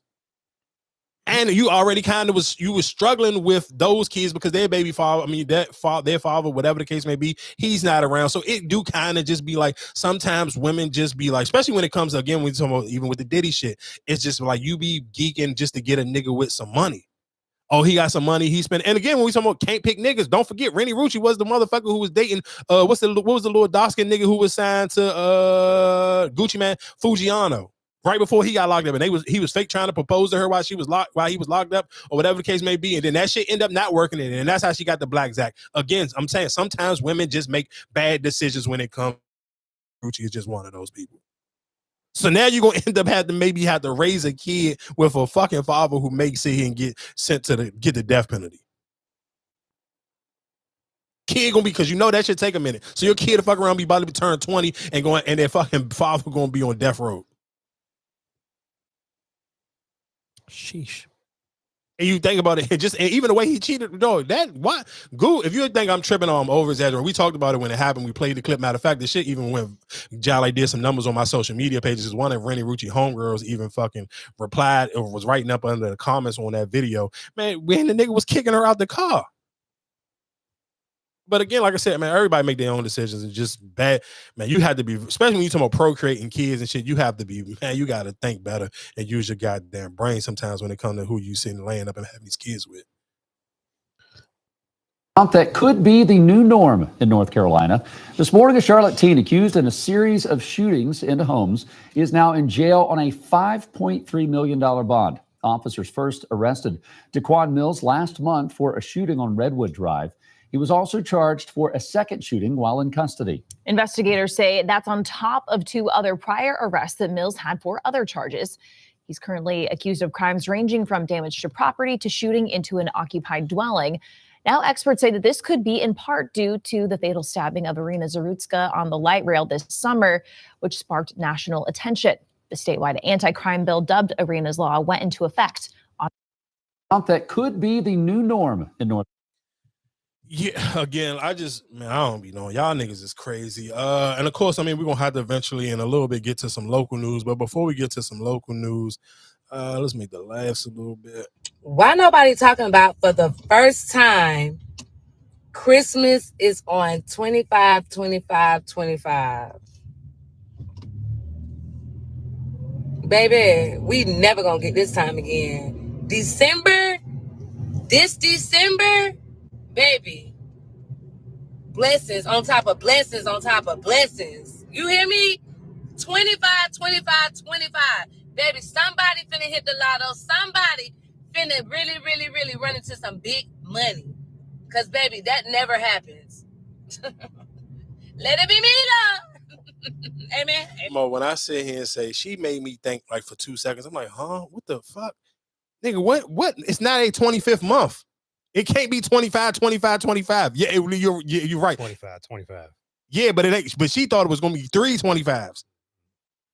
She was literally in the joke, clock that T in the. Oh man, bro, like this one why China sit here and say they don't want motherfuckers to be able to be influencers unless they got some real fucking experiences or degrees, because that shit was just dumb as hell. Oh man, Let's hold on real quick. Let's go Mano. I'm ready. Let's go Mano academics. And let's rap about it. How y'all feeling today, man? Feeling great. Yo, academics, check this out. Academics. What's up? Academics, I know you're not talking. 100%. I know you're not talking. You got Matter the of fact, I audacity. want to play academics first, and then I play Mano. Hold on, let's go. Every day we being fabulous, being like 49 with the headband. Like, yo, why is the nigga wearing? Yo, you know the headband is for sweat. Like, yo, Fab is on some. Yo, the headband is for sweat, Fab. Fab, the headband is for you sweating. You're sitting down podcasting, my nigga. Like, come on, bro. Like, the headband looks wild. Like, this is unk activity. Like, this is what? This is like you having the Allen Iverson sleeve on and you're just chilling. Like, nigga, that's for a reason. I just hold on real quick before I play Mano John. Just think about what we see and saying. This is how, again, this is why I see and say for some, why people go to Lauren LaRosa for the hip hop news. Because how the fuck is academics trying to tell one, arguably probably top 5 greatest dressing rappers of all times? Fabulous is one of the best. If Fabulous can't do nothing else, Fabulous can fucking dress his ass off, and he and probably realistically has built his whole entire career off of him, baby, to dress. But literally for the last 10 years, especially since social media has been social media, Fabulous has been one of the best dressed men, period, on planet Earth. And you sit here, academics, DJ Academics, the DJ Academics, sitting here trying to tell Fabulous how to dress is absolutely some of the craziest shit I've ever heard in my life. And this is why sometimes we'd just be like, again, I sit here and say this and I stand firm on this. I like academics when academics literally used to do what Lauren LaRosa do. Just report the news. Everybody don't have to have a fucking hot take. When you sit here, try to give your takes and your opinions, and then niggas kind of just like, and let's be clear, your original audience will eventually outgrow some of your shit. Niggas will go outside, you'll experience life on your own, and you'll kind of just be like, bro, what the fuck is this cornball talking about? And this is the perfect example of what the fuck is this cornball talking about? And let's rap about it. How y'all feeling today, man? Feeling great. Yo, academics, check this out. Academics. What's up? Academics, I know you're not talking. 100%. I know you're not talking. You got the audacity to be speaking on niggas and what niggas is wearing. You talking about what niggas is wearing? You talking about the proximity between what niggas is wearing and their age? Let me explain something to you. You're a journalist and this is your opinion. So let me give you my opinion on you. I feel like you built like a dyke. I feel like you built like no, listen, 100%. Listen, I feel, let me just say how I feel. I feel like you built like a wet bag of laundry. I feel like you built, no, listen, I feel like you built like a jar of relish.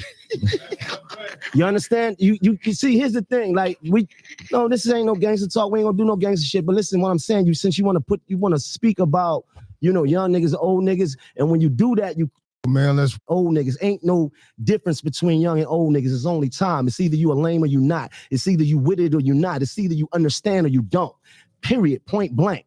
You understand? And when you speak about fashion and when you speak about what niggas is wearing today, let me just give you some game though.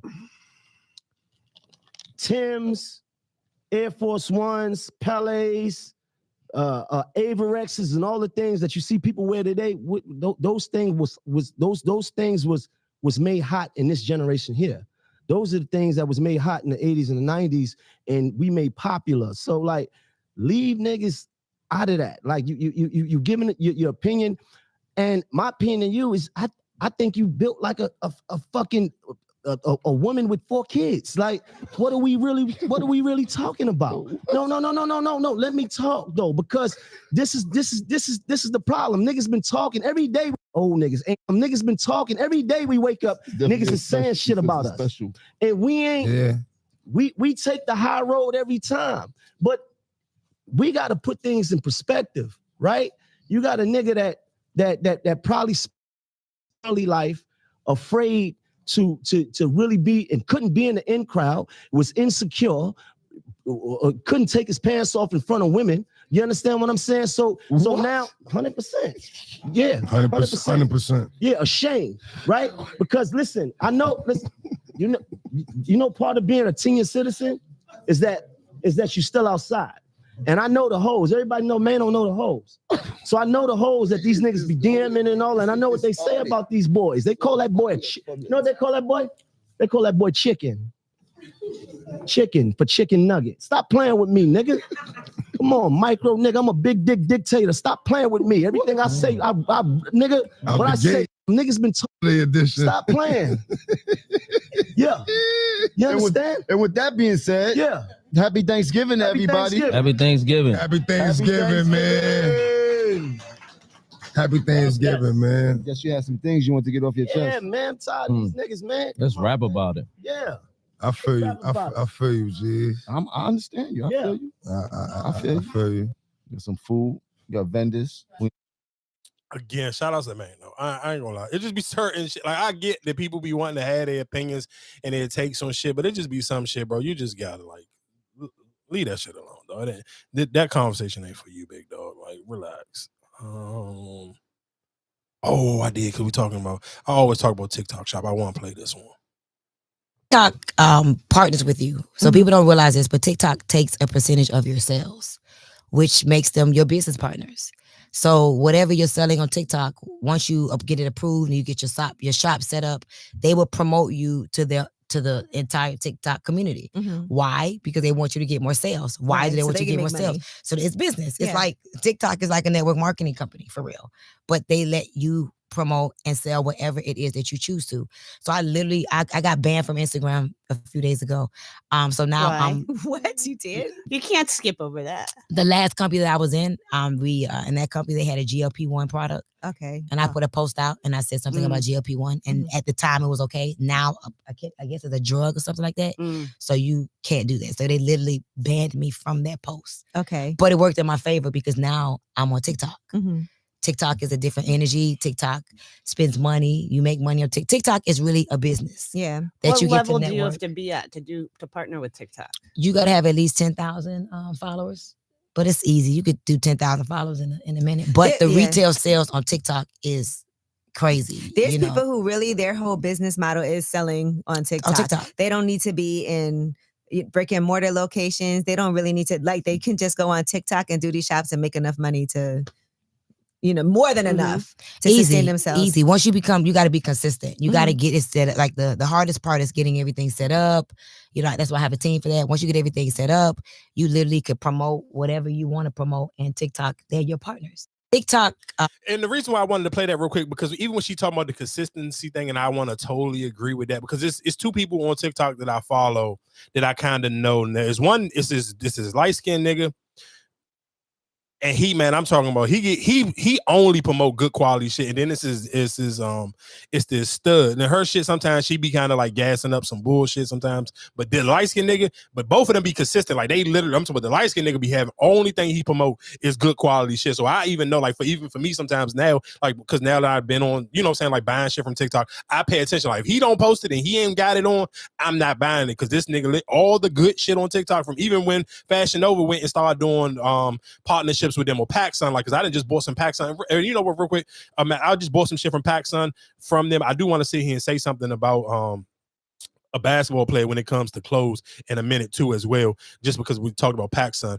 But he literally, this dude be on there consistent. So that was the reason why when she's saying stay consistent, because I know, again, as somebody, when you're saying trying to build a consistent audience, I know for a fact if I'm about to buy something from TikTok Shop, especially if it's some clothes, I'm gonna go to his page real quick to see if he didn't already put it on, so I can see how it kind of, if it fit on him the right way, where I'm kind of like, okay, cool, I kind of like the way, he put this shit together. I know that he only gonna put the good quality shit. And then, like I said, the little stud Jones, sometimes her shit be a little bit questionable. Both of them are very consistent, and both of them kind of already be having all the stuff soon as it get on the TikTok Shop. But again, real quick, because I said something about PacSun, I want to sit here and say shout outs to Dennis Rodman, because Dennis Rodman may be, between Dennis Rodman and Mike Tyson, they may be low-key two of the most faces all over t-shirts And it never like you never feel like you got enough Mike Tyson or Dennis Rodman t-shirt. I know we said it before, but I just recently because PacSun had their shirts on sale because I'm not one thing y'all know me, I'm cheap. I'm not paying $50 for a graphic tee, but they was on sale, so and they was coming down on the TikTok shop, so they was like $15. I mean like $15 or $19. It was one or the other. But I'm like, oh shit. But I seen like I'm talking dog. When I say here and say dog, PacSun be having so many different Dennis Rodman. I think the tight thing about Dennis Rodman because of course if you lived there in the times you remember Dennis Rodman having so many different color hairstyles, but the way that PacSun be playing around with the colors, you know what I'm saying, like whatever color his hair, they may change the font a different color, whatever the case may be, or they may make the dye a different color on the shirt. So that to me is just fire. But I'm just like, dog, for Dennis Rodman to kind of not like be Michael Jordan or Magic Johnson or any of them things, like think about, or even Steph or LeBron, none of them niggas got more product than Dennis Rodman. Like I don't know how much money Dennis Rodman himself actually get off of these shirts, but dog, Dennis Rodman literally, I don't give a fuck if it's a big name a company that sells t-shirts, I promise you they got a Dennis Rodman t-shirt in their store. Mm-hmm. PacSun got endless Dennis Rodman and Mike Tyson, but them two niggas, like nigga, I literally got like at least like in the last year, I got 3 or 4 Mike Tyson and Dennis Rodman t-shirts. All different colors, especially with Dennis Rodman, the different color hairs or whatever the case may be. So again, like I said, shout out to Mike Tyson, shout out to Dennis Rodman. Like I think that's just like that to me is like a sneaky fun fact on just like how big of a name. Like you think about like Steph Curry and some of them, but it's just like how many Dennis Rodman. Maybe and you probably think about it, especially saying the both of them when it comes to like brand and marketing, they probably more freely like, oh, I take, you know what I'm saying. Oh, taking the money for sure, for sure. But like somebody like a Jordan, you know what I'm saying? Like, nah, I need to know that, you know what I'm saying? Marketing wise. So I'm pretty sure it's a lot easier for them. I agree with you.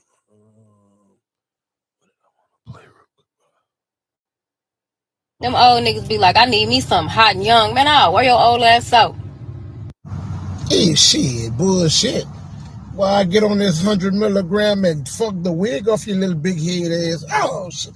I put your little old young ass on all 4 and had that little big forehead hitting up against that sheetrock in there to where I beat and bust a hole in that sheetrock in the front of the bed. Oh, shit.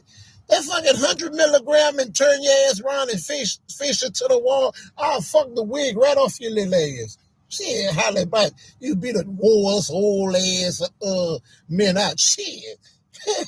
Man, that motherfucker stand up like the Statue of Liberty after I done got on that 100 milligram. Shit. Man, I knocked the little hair off your pussy to where your back looking like a baby. Oh, girl, I know you fucking lied. Them old niggas. I guess go back into the DMV news real quickly. I want to talk about it's 2 popular stories is going around, of course, on there, but I want to talk about the squatter lady first, and then I kind of want to tie that into for people who may not be familiar. PG, I mean, of course, I'm sure I ain't gonna say everybody is familiar with it or how the process go, but they have what is it? I forgot what's the program called, but basically you can get housing. You can get your housings like the price is chopped down. So like let's sit here and say when they put up new apartments or new townhouses, most of the time, like I know they do it in DC. Like I said, I don't know what the exact program is because I haven't been a part of it, but I just know people who are on it.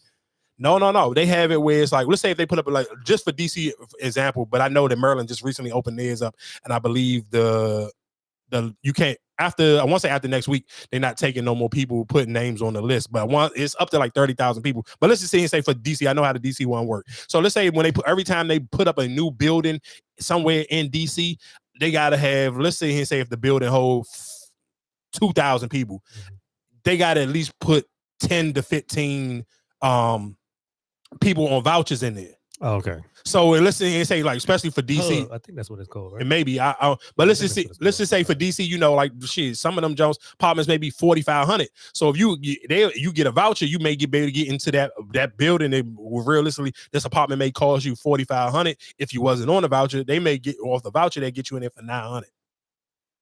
So it's a joint. They open it up. Literally, I seen a girl. I don't know if she worked there or something, but she posted up a joint. She's like, bro, it's 30,000 people that just put themselves on this list in PG County. And the reason why I'm gonna play this clip of this lady squatting, but again, that's one of the reasons why I just hate how social media is. Because like, think about 30,000 followers. Like, think about if you was on social media and you had 30,000 followers. Like, that's a lot of fucking people, though. So for just sit here and say for how many people play on social media and play big and like everybody's super rich and this, that, and the third. Like I think y'all know, I think that shit is bullshit anyway. I think it's just shit people try to the persona people try to put on for the internet. But that just kind of, to me, when you see that number, it just kind of reminds you on everybody don't got it the way they try to make it seem like they got it via social media. Because if everybody had it like that, it wouldn't be 30,000 people on no goddamn waiting list to get a voucher. So again, like that's just something to think about. Like, if you are on social media and you catch yourself being envious of somebody else's lifestyle, you don't necessarily know how they got into the place that they got. I'm not saying everybody, but for it to be 30,000 people on there, that lets you know that everybody ain't living the way they sit here and try to make it seem like via social media. Because I understand people try to put their dick out on the table on social media and make it seem like they live in some super luxurious life, and realistically, they may be getting help and they just sitting here on social media faking and fronting, which is like, to me, it's just corny. Because I think it's just I hate that people just feel like they got to put all this extra shit on just for social media. Good afternoon, Felicia Ash with ABC7. I'm in Northeast DC, just off 20th Street, because a woman called us desperate for help because she says she cannot get a squatter out of her home. She said the woman first booked her home in an Airbnb reservation for 32 days back in February. The woman claims in her reservation that her previous apartment had caught on fire and she was waiting for repairs. However, when I looked into this, I went into the court records and I found that she was actually getting evicted from her apartment for not paying rent. After she lived there for a year, she only paid 1 month's worth of rent and owed her apartment complex nearly $50,000 around that same time of her evictions when she booked this Airbnb. You can see the homeowner put a plaque on there with a public notice saying that the person inside is unauthorized. You can see the guest has draped a blanket over the sign. We're now going on month 10 of this. Now the homeowner has gone to the cops. She's filed for multiple orders and motions. She's even given a 30-day eviction notice months ago, and the woman will not budge.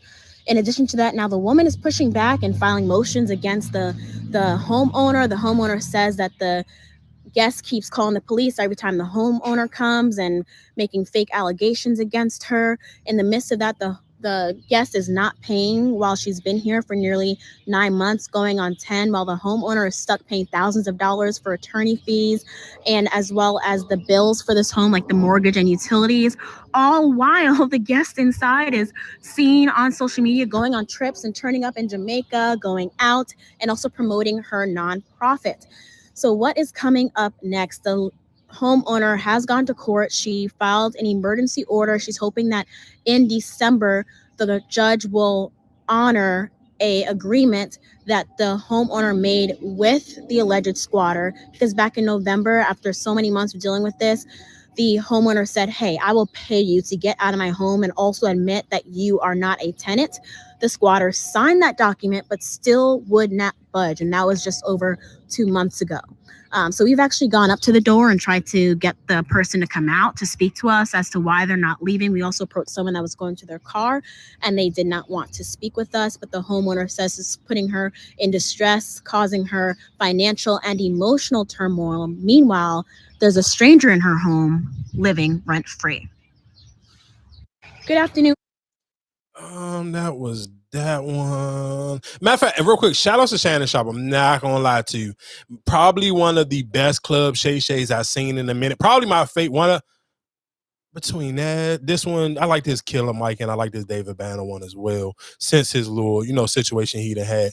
But shout out to Shannon Sharp. Shannon Sharp has Cheyenne Brown on there. And I know sometimes people feel however they feel about Dr. Cheyenne Brown, but I ain't gonna lie to you. She be like, though, when she catch her little stride mid-interview and she be pop, man, she be talking that shit, though. Man, real quick, shout out to Shannon Sharp. Shout out to Cheyenne Brown. I'm not gonna lie to you. And y'all know I've always compared, when Cam Newton do Funky Friday and compared the Club Shay Shay. So this one right here is the reason why I like this Cheyenne Brown one so much. One for Shannon Sharp, just kind of like, I seen him get emotional on some Jones, like I said, like even with him and David Banner, when David Banner probably was like one of the first people to kind of really check up on him and ask him on camera, like, hey, how you doing? Are you all right? Whatever the case may be. But he had a real vulnerable moment. And like, even for him to done so many interviews already, like hearing stuff, like I didn't know that his dad, wasn't in his life for whatever reasons he was in there. So they kind of had that little moment. And I ain't gonna lie to you, I know for a fact I'm not I ain't there enough yet to sit here and for the way Cheyenne Bryant was talking to Shannon Sharp, like I ain't there yet not to shoot my shot. The way she was, man, she was on this motherfucker talking. But again, like I said, I'm comparing this Cheyenne Bryant and Shannon Sharp Joan on Club Shay Shay compared to Cheyenne Bryant on Cam Newton Joan. The Shannon Sharp Joan is 100 times better. And probably realistically because Cam Newton was just trying too hard to prove his point where Shannon Sharp was really treating this like he was at a therapy session. And he was cool with getting vulnerable. And let's be clear, it took him a moment. Like you can watch her in real time make him drop his guard a little bit more and continuously drop his guard throughout the interview. So by the time you get into like hour 3, the interview getting even 100 times better. So again, like I said, shout out to Shannon Sharp, shout out to Cheyenne Bryant. My heart with you is you've accomplished so much in everything you've touched transactionally. It has turned to gold, all the way down to the gold jacket. But like the fig tree, you still haven't found yourself all the way at the age of 60. And finding yourself takes the heart. The mind replays what the heart can't delete. Hello. And so you have been operating from such a mind space so that you don't have to even have a connection with the heart, that it has put you in such a deficit of self. And that's what goes back to when I said a man who can procreate with multiple women without wanting to make sure that there is a foundational family there, he has a loss of self. And that man has an identity crisis. And there is a huge self-love deficit because a man who loves himself makes decisions that represent self-love. And everything that you have externalized is a direct reflection of you. The brokenness in the families you created, that's just the brokenness in you. How you can be successful transactionally, but your heart is over here, talking about, well, at what point am I going to get seen? And then what the little boy in you tells the heart is, didn't nobody want to see you when you was young? Wasn't nobody tripping off you then? So why do we think anybody is deserving, right? Mm-hmm. Or why do I think as a little boy that you're deserving of someone who would take your heart and really protect it and create a safe space? So it's easier for you to have transactional sex or have things that are convenient for you because that gives you control. And control is just insecurity. Insecurity is just fear. And that's that little boy in you who is so afraid that if I can't touch and go with everything, I might end up touch and staying and might get stuck in a place that I don't know how to navigate. Let me say this again, not in a place that isn't safe, not in a place that isn't loving, but in a place that the little boy in you does not know how to navigate. It's time for the grown man in you to grow the fuck up and give yourself a chance to love, whatever that looks like, and to gain a sense of self of who you really are at your heart space. Because transactional life isn't really legacy. It just isn't. It's nice on paper, but it's not legacy. The real wealth and the real legacy is what Dion has, and that's family. That's family. I'm not saying you don't have it with your girls, and I'm not saying it's too late to create it. Right. But what I'm saying is I would like to offer that at some point, you do start to say, let me just dive into my heart by myself. Even if you're still doing your transactional stuff with women or whatever, I'm not saying stop, you grown, but start to just get a sense of self of like who you are at the heart space. Because that's our heart is who we are. Mm. Our mind is something that we have to have dominion over to control. But our heart is something we can't control because it's the authenticity of who we really are. That's, man, I ain't gonna lie. Shout out to the fucking doctor. That part right there was my favorite part of the episode. Of that episode, and that kind of was like towards like because that shit was damn near almost 4 hours. So that was probably like the 2:40 mark or something like that. Again, shout out to Shannon Sharp, shout out to Cheyenne Bryant, and shout out to Shannon Sharp for being vulnerable. Like him just actually just kind of like he wasn't combative with it. He was just being honest with his own feelings and his emotions. Because like I said, I never knew he had that situation with his dad, or he even felt that type of way about his dad, or when his dad was about to come home and his dad literally died a month before he was about to come home and see him and his brother. Like that shit to me was kind of, I was like, damn, I felt for him on that one. And it was just like like I said, that was my first time even hearing about it. What else was going on in the world realistically? Kind of like sports, a little bit into sports, but not necessarily into sports. I believe Tootsie is trying to, he committed to go to Syracuse. He's 25 years old. He's trying out for the Syracuse football team. And of course, Syracuse is not known for their football at all. That is more of a basketball thing. But I believe one of the wide receivers who was with him to commit to go play at Syracuse is now uncommitted, because I think realistically, a nigga like, dog, this is my future. I'm not about to sit here and go to some college and sit here and try to play for a college, and y'all sit here and let some rapper come and take niggas' time up and be in niggas' space. Brothers over there, and my brothers up here, and like with the decision being made, it's been hard. The 3-4 days, I've been thinking, and I won't be signing today. My brothers over there. And like I said, I'm not mad at him for that, because it's like, nigga, I don't got time to be playing with you. I'm not even about to sit here and play these type of games with you at all. Real quick, what was that? Oh yeah, here we go. Let's go. So B Simone was kind of getting B Simone was getting dragged on. I mean, of course, I felt like B Simone been quiet for a minute, so I don't necessarily even know how she got back on y'all radar for y'all to drag her again. But B Simone got dragged for these comments right here. Have 10 trillion, or what is it? $1 trillion that we can't even comprehend, right? Because you can't even think about that. I can't even comprehend $1 million. I mean, $1 billion. I can comprehend $1 million. Would you rather have $1 trillion, or would you rather have 10 minutes with Jesus? I said I would rather have $1 trillion, because I feel like God left his word. He left the Bible. There's nothing that he is going to tell me probably in those 10 minutes that isn't already in his word. And secondly, if you have a relationship with him, he can talk to you now. I truly believe the Holy Spirit is in me and he can talk to you. But Pharaoh's like, no, like I want to sit. You said you wanted to sit with Jesus, right? Yeah. Also, I feel like if I was really sitting face to face, excuse me, I'm stuttering, because that's what I would do if I was face to face with Jesus. And I would waste my 10 minutes stuttering. Like, this is really crazy. Jesus is in front of me. So it's like, at this point, let me just go to my prayer room and pray. And I don't feel like there's going to be anything that Jesus will tell me in those 10 minutes that he hasn't left in his word. 10 minutes with Jesus can be a lifetime. You never know. And I know when I die, I'm going to see Jesus. And I feel like I can tap into that now. I don't need 10 minutes with Jesus. Like, I have that now. Am I explaining this right? What would y'all do? Would y'all take the trillion, or would y'all do 10 minutes with Jesus? I am taking the trillion and I'm going to my prayer room. Final answer. No, because seriously, I really hope I'm making sense. What I'm saying is I can already talk to Jesus now through prayer, through. But here's how I'm looking at it, right? My perspective. Okay, come tell your perspective. I'm saying that what he's going to tell you in prayer. Are you genuinely ready for that? I don't know. What do y'all think? 10 minutes with Jesus or the $1 trillion, and why?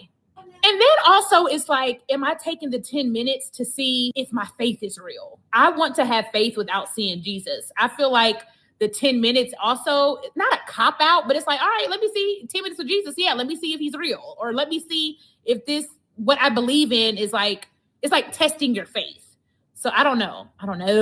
I just need y'all to comment. What would you do? Imagine all those people back in the day who did get to experience Jesus, Man. and then they had that forever. So that's my perspective on it. Like, they had that experience. But what's crazy is the people back in the day experienced Jesus and still didn't believe. Yeah. Like, even them experiencing him firsthand, there were still doubters. They were still not listening to him. They were still doing everything that people are doing now that haven't seen him. Like, I don't even think seeing him is enough. If you don't have the faith or the belief, you just don't have it. Yeah. Like, seeing him isn't enough. Yeah. But then I get what you're saying. I want to touch the hem of the garment. Hold on, y'all. I'm back. Now I'm thinking, like, I might take the 10 minutes.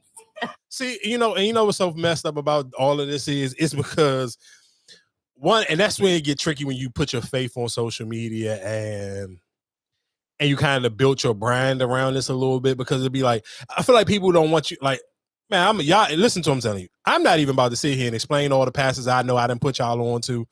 I done put you down, put me on, honey. Nigga, I'm taking that fucking trillion. You can kiss my black. I'm not even explaining none of that shit. I don't even know what the fuck y'all even think y'all talking. Like, that to me, like, I that shit fuck, like, I thought you was gonna be like Joe.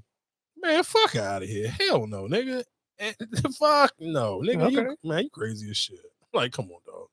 That's fine. But that's when I don't understand how people can be getting on somebody because let's be clear. Let's be for two things for sure. One, people are fake super Christian via social media and over criticize everything they got to do. Man, think about again.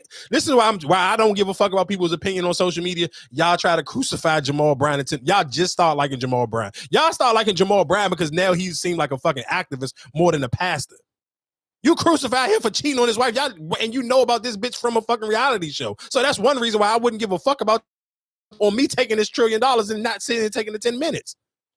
But I'm somebody who literally come on. I use my platform. Even with Joe, I don't give a fuck what he talking about. He don't use his platform to even talk about God. So why the fuck do I care what he talking about? Nigga, you ain't never put me on to no pastor or nothing. Now fuck your opinion on that. It doesn't matter. But for somebody like B. Simone, I feel for her because she just trying to she won. She don't want, I'm sure she never wants to be keep being on the wrong side of social media where they dragging her to hell. But I feel like a lot of people are, again, when you see it's like people fake like they having money, people over fake like they super Christian via social media and be some of the most evil, wickedest people on planet Earth. But it's for even the fact that she had to stumble up and keep thinking about it. Like your heart just genuinely bro, niggas be broke. Niggas out here is fucked up.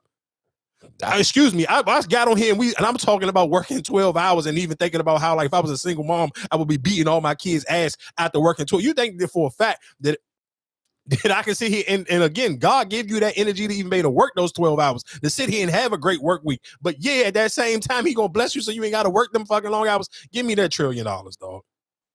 Give me that $1 trillion and I'm gonna sit here and bless Pastor Mike, Sarah Jakes, and all of them. I'm gonna go sit here and play my tithes and offer. I'm cool. I ain't arguing with y'all niggas. But again, I feel for B. Simone because it's just so fucked up that I'm watching her in real time. And you watching her facial expressions in that video, you can see her kind of just damn, am I saying the wrong thing?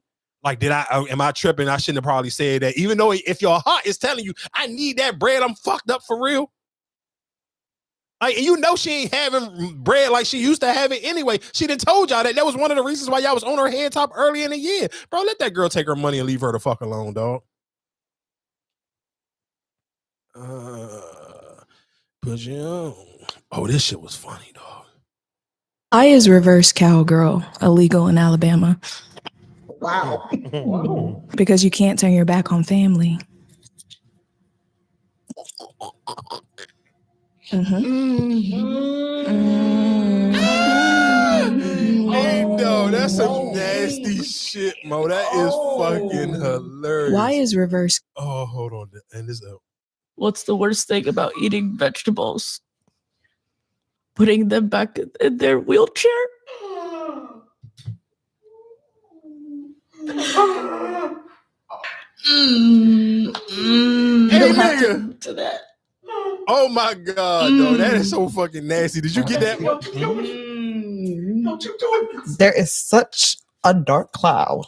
What's the worst thing about eating? Oh my God, bro. I love that show, though. I swear to God, I love that show. That shit is so goddamn funny. I guess we gotta get to let me go. Because we talked about this a little bit last week.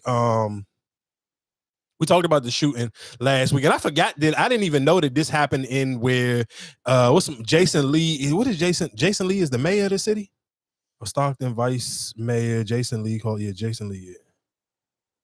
It's never been gangster to kill kids. Never. It's never been gangster to kill kids. You went in a birthday party and shot people's children. So I know we're here. We want if I could parents brought their children out and they left with medical examiners. That is not human. That is not human. And I will say to those who are thinking of retaliation, when my brother got murdered, I thought about it too. It's human to want to hurt people who hurt people you love. But I had a choice to make, and I hope that the people out there in our community make the right choice and contact law enforcement, call me, call the mayor, call whoever you know, call the pastors, call your friend, turn yourself in. Because at some point, the redemption for what you did is going to happen when you see the person that created. But you can start that process by turning yourself in and doing the right thing today. It's officials and listen, I ain't gonna lie to you, dog. I'm not gonna play the clip of the father that was talking. That shit almost made me cry, dog. I'm not gonna lie to you. Them last minutes, oh my God, dog. But again, like I said, I still stand firm on what I said last week. It's just if you know you into that type of beef and niggas is coming up and really I thought it was a drive-by. You smell, but it sounded like a nigga ran up into the jump. So it's man. You know you was looking for somebody in there. Hell yeah. That's crazy. hell fucking yeah. Like that shit was, man. Again, thoughts and prayers to them. Like that one was a tough one. I guess while we kind of on sad news, I want to bring it a little bit locally. Where am I at? Where am I at? Putting you on. I'm putting you down. Police say the victim was waiting in line to order at the food court inside MGM National Harbor just before noon when a man approached and shot him without saying a word. The suspect fled the property in a vehicle. His every movement was likely captured by the hotel and casino facility's extensive camera system. Prince George's County State's Attorney Tara Jackson tells News 4 her office is working closely with police. What I can say is that we were there. The state's attorney's office did respond along with law enforcement, along with the police department to MGM this afternoon or this morning, really. It's disappointing. It's, crime is down across the county year over year, so it's disappointing. The incident caused a lockdown at some nearby schools, but the huge MGM National Harbor property itself remained open except for the food court. Police said they had no reason to believe the gunman posed an imminent danger to the public. We do know that this was a targeted shooting based on our investigation at this point. It wasn't random, and this person did not happen upon this person. It appeared that they were looking for this person, chased them down. Police say violent crime is down 32% at MGM and National Harbor this year, tracking with a county-wide reduction. Police say the metal detectors? No, they got, and I've seen a lot of people kept saying that. What about the metal detectors? What about it's metal detectors to get into the actual casino? But that's what what's the name of that, right? No, the food court is just in the outskirts of like where you can like where the shop, like where they got their little stores or whatever the case may be, or you can walk like going towards like wherever the hotel rooms at and shit like that. So it ain't no metal detector right there. So I mean, I ain't been in there. I don't know, but I know for a fact you got to get on the actual floor. It's a metal detector to get on the actual floor. Again, like I said, I want to sit here and just thoughts and prayers to his family. But I mean, again, I can just same way I kind of was honest with the situation. I don't think like a nigga's not walking into the MGM to fucking shoot you just by accident. A nigga come into it, listen to him. Obviously a nigga's dumb enough to do it, but if a nigga do that, he don't give a fuck. That's basically damn near almost like a suicide mission. You know you getting caught. And he got caught. But because it's, listen to what I'm saying. If it ain't camera, though, it's cameras through that whole entire jump, that whole parking lot, the garage, all of that shit. He knew he was gonna get caught, and he literally got caught. So again, like I said, I don't know what the backstory is. I don't know the beef. I don't know whatever. But you can't. My only thing is, again, thoughts and prayers to his family, because I mean, of course, this is close to the holidays. Somebody still lost their loved one, but it's just certain shit. I know for a fact a nigga ain't doing just on some bullshit. A nigga come and shoot you and kill you in the MGM. He just threw his life away. He can't beat this charge. Ain't no way in hell. How? It's on camera. That shit is on 4 fucking K. They may even got that shit in 8K, and I ain't even trying to be fucking funny. I'm being dead ass serious. Nigga, it's cameras all through. Listen to what I'm telling you. Nigga, I know people who work security in it. Nigga, they got cameras all through that motherfucker. They be having multiple niggas have to look at multiple fucking screens. That's how many cameras they got in the MGM casino. And that's how they caught the dude so fast.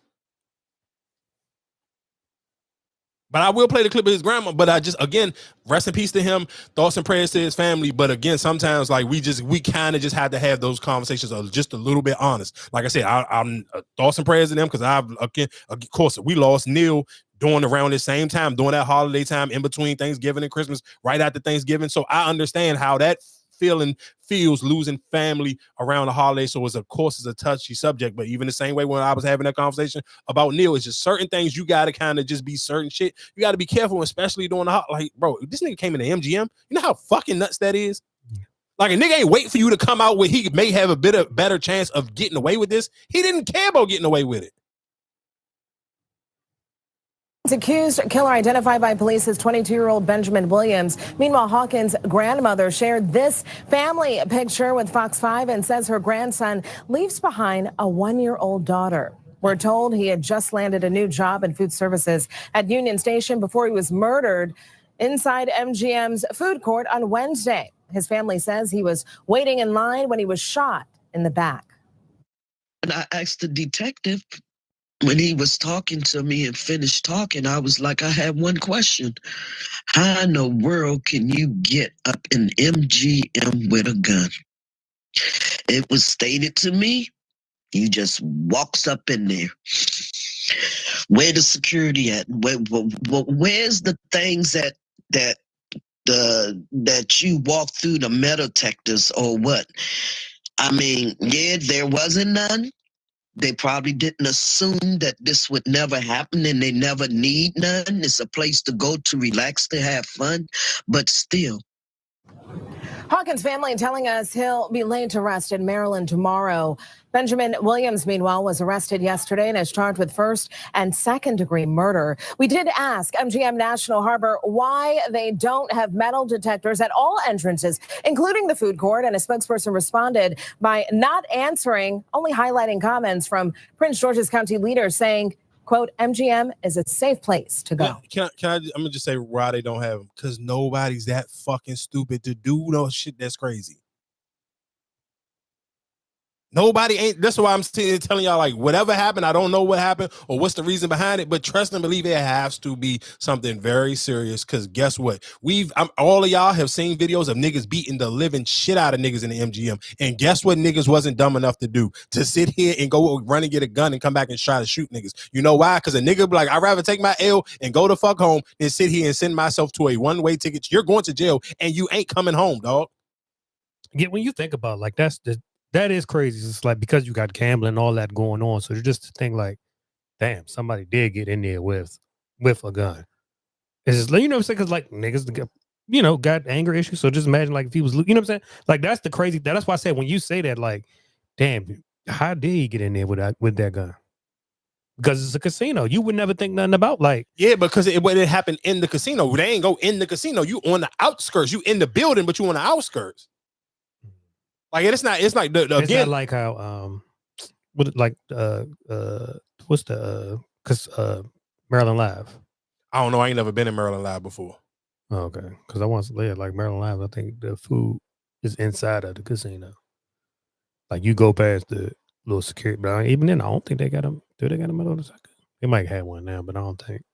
Yeah, niggas. That to me, like I said, that shit is damn near like ain't too many niggas that dumb to sit here and try to shoot nobody in. Like you. It's a lot of places you can try to shoot niggas at, but not in no goddamn casino. And MGM ain't some local. This not just some local shit. The MGM is the MGM. Nothing irritates me more than when it's somebody's birthday and they be like, thank y'all for all the wishes. I can't respond to everybody, but thank y'all. Like, bitch, it ain't that many. Like, who y'all be feeling like? Y'all kills me for real. I'm gonna tell y'all something that I do all the time. I'm not even gonna hold you, and it's kind of just a little bit shallow and kind of petty. Anytime I see somebody's birthday come up, before I write them happy birthday, I go and look and make sure that they still following me. And if they not, I unfollow them, and I don't wish them happy birthday. Because what the fuck am I telling somebody happy birthday for if they don't follow me? What the fuck? You ain't even a fucking celebrity. Get the fuck on somewhere. Man, you better go eat a dick. Like, be fucking serious. I'm not doing it. What was this one? Who was it? The officers ponied up out of their own money to make sure these kids had a gift-filled Christmas. I might spend a little over just to help a kid that's in need. Officer Adrienne Williams walked the aisles here at the Walmart on Riggs Road with 8-year-old Leilani stuffing the cart with this year's Christmas haul. This fake book bag. And What is it? Is it Hello Kitty? Yes, Hello Kitty, and it opens. And I have this. I forgot what this is. Each kid had $100. Many officers the difference and buy that extra baby doll. She loved it. She picked out her own things, and sometimes when you have some, you can give it to others. So I wanted her to have a Merry Christmas. Officer Tiara Proctor shopped with Phoenix, whipping out her own credit card to get extra gifts. She gets whatever she wants, right? Yeah. She said she's doing well in school, so I believe her. They picked out everything Stitch, including a Stitch lamp, backpack, and Monopoly set. I love Stitch because he's my favorite character. She also got an old school toy and Magic 8 ball. I said, well, I have a boyfriend when I turn 21. Absolutely. We made emphasis on that 21. 21. Well, What does it say? Well, I have a boyfriend when I turn 21. I'll look good. It's an opportunity for us to bring smiles to the faces of our young people. Hey, I just want to sit here and say shout outs to what's this lady named Tiara Proctor. I ain't gonna lie to you, DC police got some all right looking women on. I ain't even gonna say all right. The women that was in this video right here, they was pretty goddamn tough. I ain't even gonna hold you. So shout outs to I believe that was that lady named Tiara Proctor. Shout outs to her. Goddamn. Hold on. Where we at? I did want to play this clip about the streamer, but real quick, because I just finished off in DMV, I meant to play this while we was who the fuck is this nigga about to cry? Then there was a situation that somebody said long time ago in the office. They caught Kirk giving Puff a fellatio in the office. Now that was the rumor that was going around. How true it is? They was lovers. It came out in his lawsuit. He tried to say that Puff was, what he said, sexually assaulting him. But if somebody's sexually assaulting you, how you letting them come stay at your house every Wednesday night? After the club. I think they were boyfriends, you know. I think, my honest opinion, I think Kirk was in love with Puff to a certain degree. So people who don't know, if again, because I didn't know the man's name at the beginning of the Diddy Jones, I said he was doing majority of the talking, especially through the first two episodes. I guess his name is Kurt Barrows. So that's who he's talking about, and this is the ex security guard for Puffy. What's his man name? Gene Deal. Puff was using him, and Kirk was giving up the Bugina to him. Anything Puff asked him to do, he would do. You know, he'd go at people, he'd talk shit. Kirk would talk shit to you on the behalf of Puff. I just was opening up TikTok and that was right there. I wasn't coming for this because I wanted to highlight this place called Cup of Sugar. This was another place in the DMV, I believe. I think I discovered the most magical place in Waldorf, and it's Black woman owned. Hello, Real quick before they get into it, I'm not gonna lie to you. If you are a foodie, because I even seen people sit here saying this. I don't know if St. Charles Mall will do this, but people was like they need to just change St. Charles Mall into a food jump because I'm not gonna lie to you. That is realistically, especially, I mean, of course, besides the Zaxby's joint, in Waldorf, realistically, a lot of their food spots that go viral, they be inside St. Charles Mall, and that's why a lot of people say they might as well just turn it into a food spot and allow content creators to come in there and try food. Because after they after the video started to go viral and people going out there to eat at certain spots, because I seen there was a lady who had an ice cream joint, and after one girl made a video, I seen endless people start going in, and when more people start to go there, you start to see the lines get longer every time the video. So again, like I said, if you are in the Waldorf area and you somebody really like a foodie or you into trying to even create food content, you probably need to go to St. Charles Mall and go up into that food court because they got a lot of shit going on. My name is Sugar, and welcome to the Cup of Sugar. Cup of Sugar is a tea house serving up more than just delicious teas, charcuterie boards, supplements, and desserts.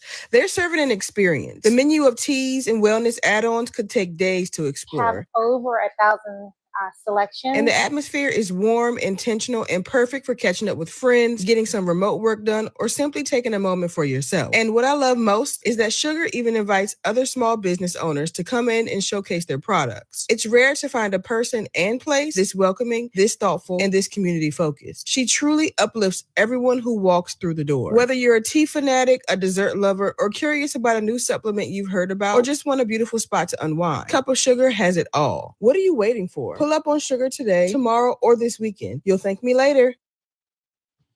Again, like I said, shout outs to them. I just wanted to again highlight different businesses in the DMV area. Privacy over Facebook, Instagram, phone, email, Gmail, radar.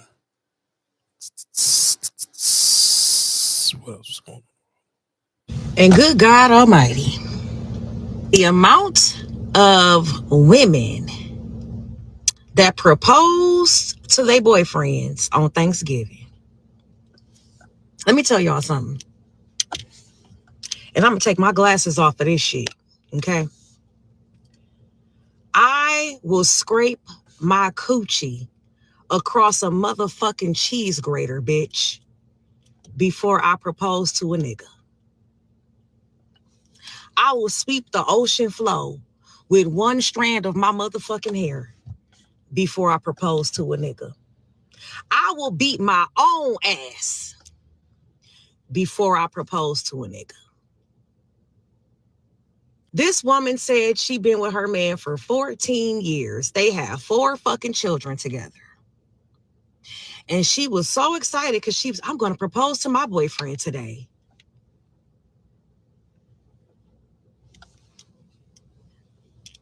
Bitch, stand up.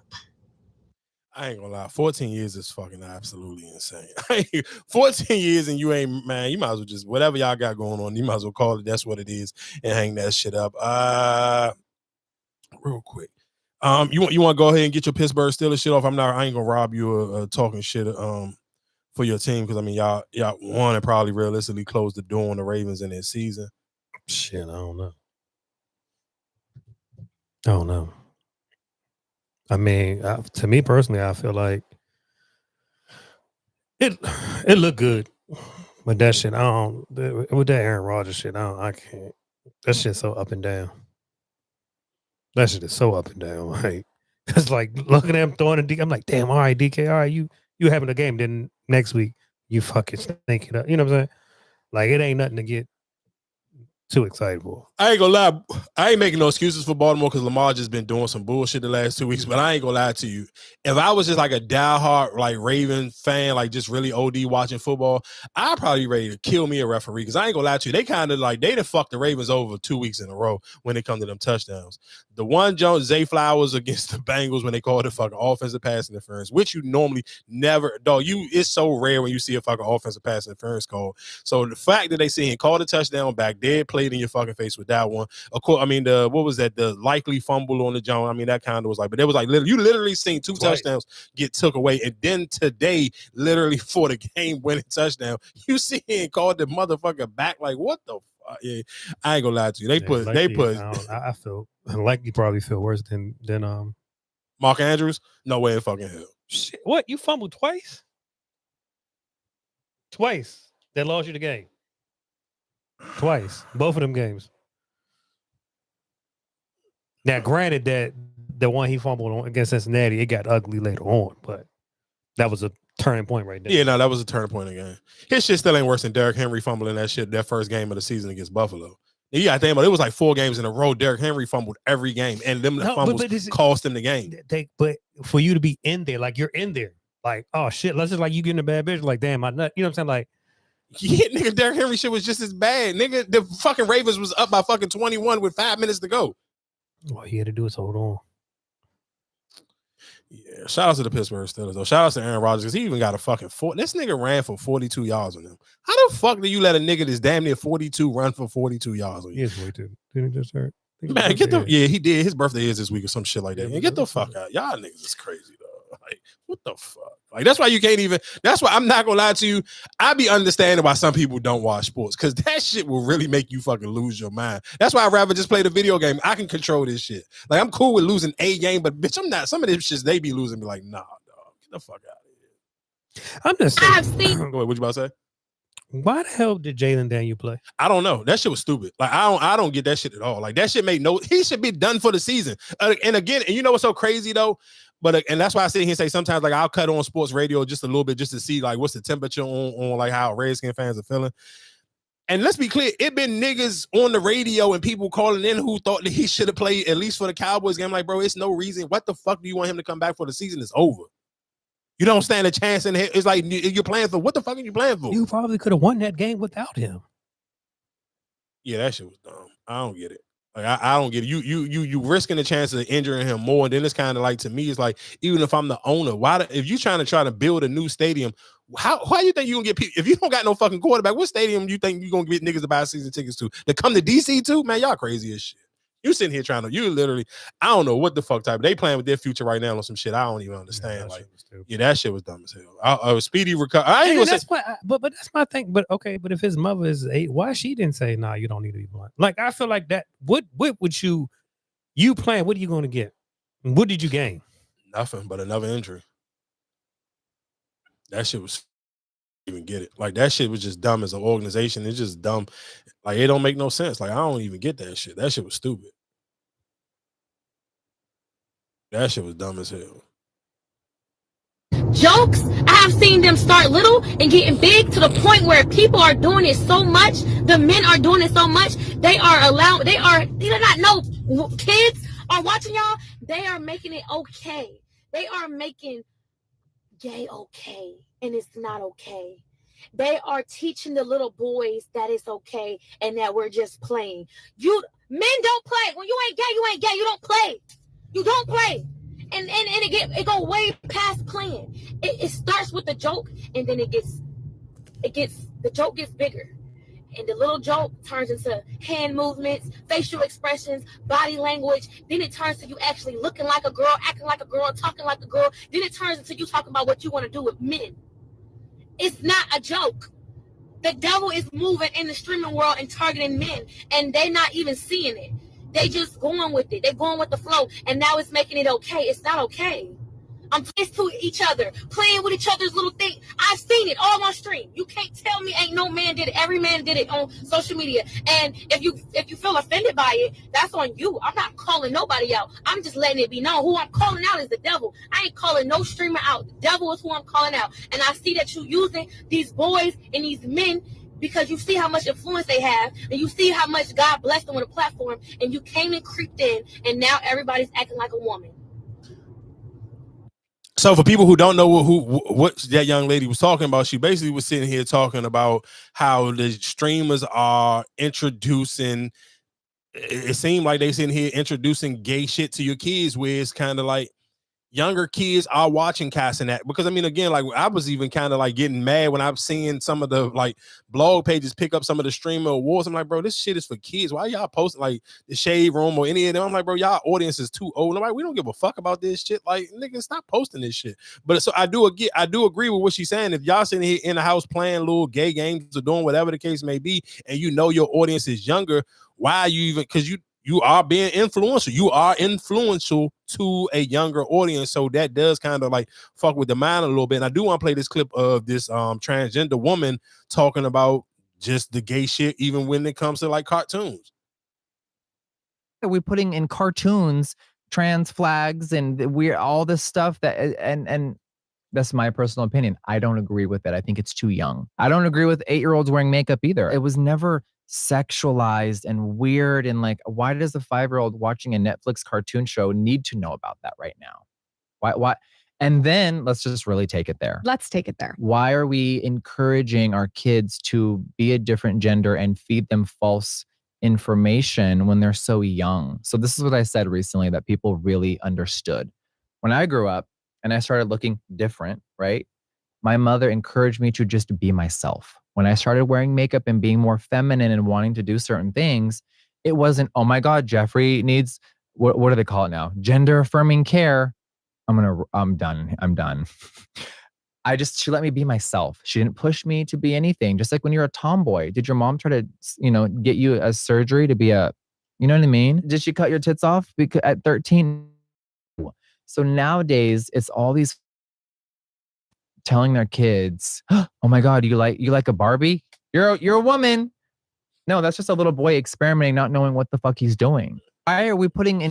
I truly respect the motherfucker who, and that was, again, I mean, of course, that I want to say it the correct. That's a transgender woman, but that is a man transitioning into a woman. So for people who just, because you're listening on the audio and don't know who that is that was talking, just so you can kind of really understand the person that was kind of setting the tone for this that audio. Is this sound to this girl who went across country with this jail shit? In this particular situation. And listen, do you know Oh her yeah, it mom? ain't. You can't just say it's just a courtroom joint. They sent. I don't. You can't, I ain't about to play that one. I guess we can get ready to get out of here. I guess before we get out of here, I will leave with Charlamagne talking about Southwest because they're changing their rules for the plane. Charlamagne the God in Southwest. Where the fuck is my Charlamagne clip with the Southwest?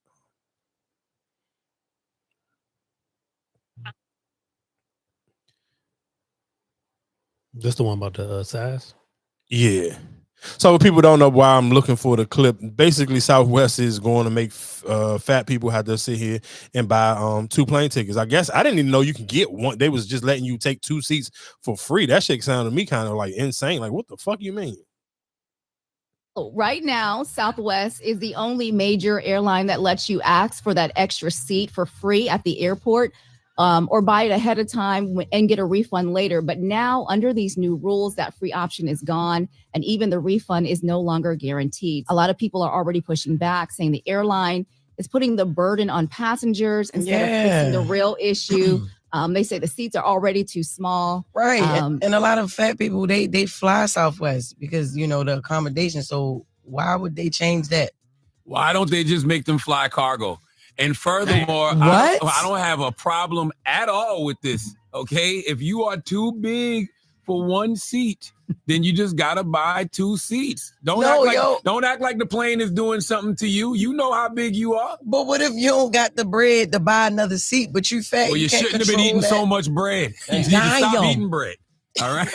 Okay. By the way, tall people got to go through this too. Tall people got to go buy extra comfort with the extra leg room seats. Extra leg room. So it ain't just fat people that got to deal with this. Like if you a tall person, you got to buy extra leg room because you know you need it. If you're a tall fat person, what do you do? Damn, If you're a tall fat person. Yes. This nigga trying to put people under the plane. You run a sprinter. That's what you do. I don't think that this is any wrongdoing of the plane is what I'm simply saying. No, I don't think so either. You know but the what I problem mean? is if you are big and you squish yourself in that seat and your fat goes over to the other seat, what happens during that part? And by the way, no, and see that's my problem with situations like this. Nobody thinks about the other people who are inconvenienced. You a big person and you squeezing into 1 seat. Now I got to sit next to you uncomfortably. That's right. You understand what I'm saying? Your elbow, your arm is on the armrest, and your fat goes over the armrest. But it under the armrest. depends because fat is very soft, so you got extra cushion. Because you know them Southwest seats, they don't really be comfortable. So I would actually like to sit next to a fat person whose fat is spilling over into my seat because that's extra cushion. What'd you say? Shit ain't so what? Y'all knock yourself out. Before we get out of here, I'm not gonna lie. The internet and this is so crazy how the internet up on people. So, because I'm one of those people who have done it. I came on here and praised Trap Lord Ross for his dedication to doing some of these documentaries. And we talked about the NBA Youngboy John. I believe his first NBA Youngboy documentary. It was like 6 hours. He had a King Von John. I believe that John was like 4 or 5 hours. He puts a lot of time into these documentaries. But again, I think people were okay with. And it's so crazy again when we talk about fans, we talk about stan culture. People were okay with it when he did the first one. Why? Because at that time, NBA Youngboy wasn't as mainstream. It was just his fans. So, of course, his fans feel like Trap Lord Ross is already mainstream. He's super popular. So you happy when your guy who's not mainstream getting talked about on a bigger platform and somebody building him up and hyping him up like, oh, he this super gangster, this, that, and the third. But now you getting mad because now NBA Youngboy is having a lot more success. He's way more mainstream. Now y'all sitting here mad and it feel like Trap Lord Ross is the feds. He trying to add extra bodies, trying to fuck up NBA Youngboy's run. And I understand if I was a fan, I can understand now where you kind of like, nigga, don't bring no extra heat on some bad shit to my man. Let him keep rocking out. We don't need this extra coverage. It was cool. We needed it before he got mainstream, but now he mainstream, nigga, back the fuck up. I'm not mad at the Youngboy fans for this. Getting all sorts of comments, people talking about you're the feds, you're the cops. Take it down, don't do this. But it's like, you want to have it both ways. I told you in the last video that I did about this on this channel, everybody was up in arms. When King Von said to Youngboy, you got cap in your raps, a lot of people said, nah, Youngboy the realist, bro. He ain't capping in those raps. Them raps about having all those bodies, 12 bodies and one child. Stop, that's what I said. Go and tell him that I'm lying. I got 19 bodies. He said it. He been saying for years, for 3 years now. Scratch that. For 3 years, he's been saying he's got 12 bodies. For 1 year, he's been saying he's got 19 bodies. He's been saying he got 7 bodies for 5 years straight. He was going neck and neck for bodies with King Von.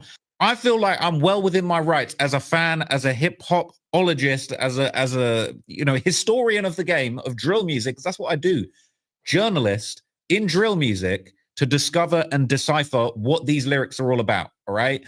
I'm a one-man-genius.com. He told me he had 19 bodies. I said, let me look into it. And I found 19 bodies. Okay.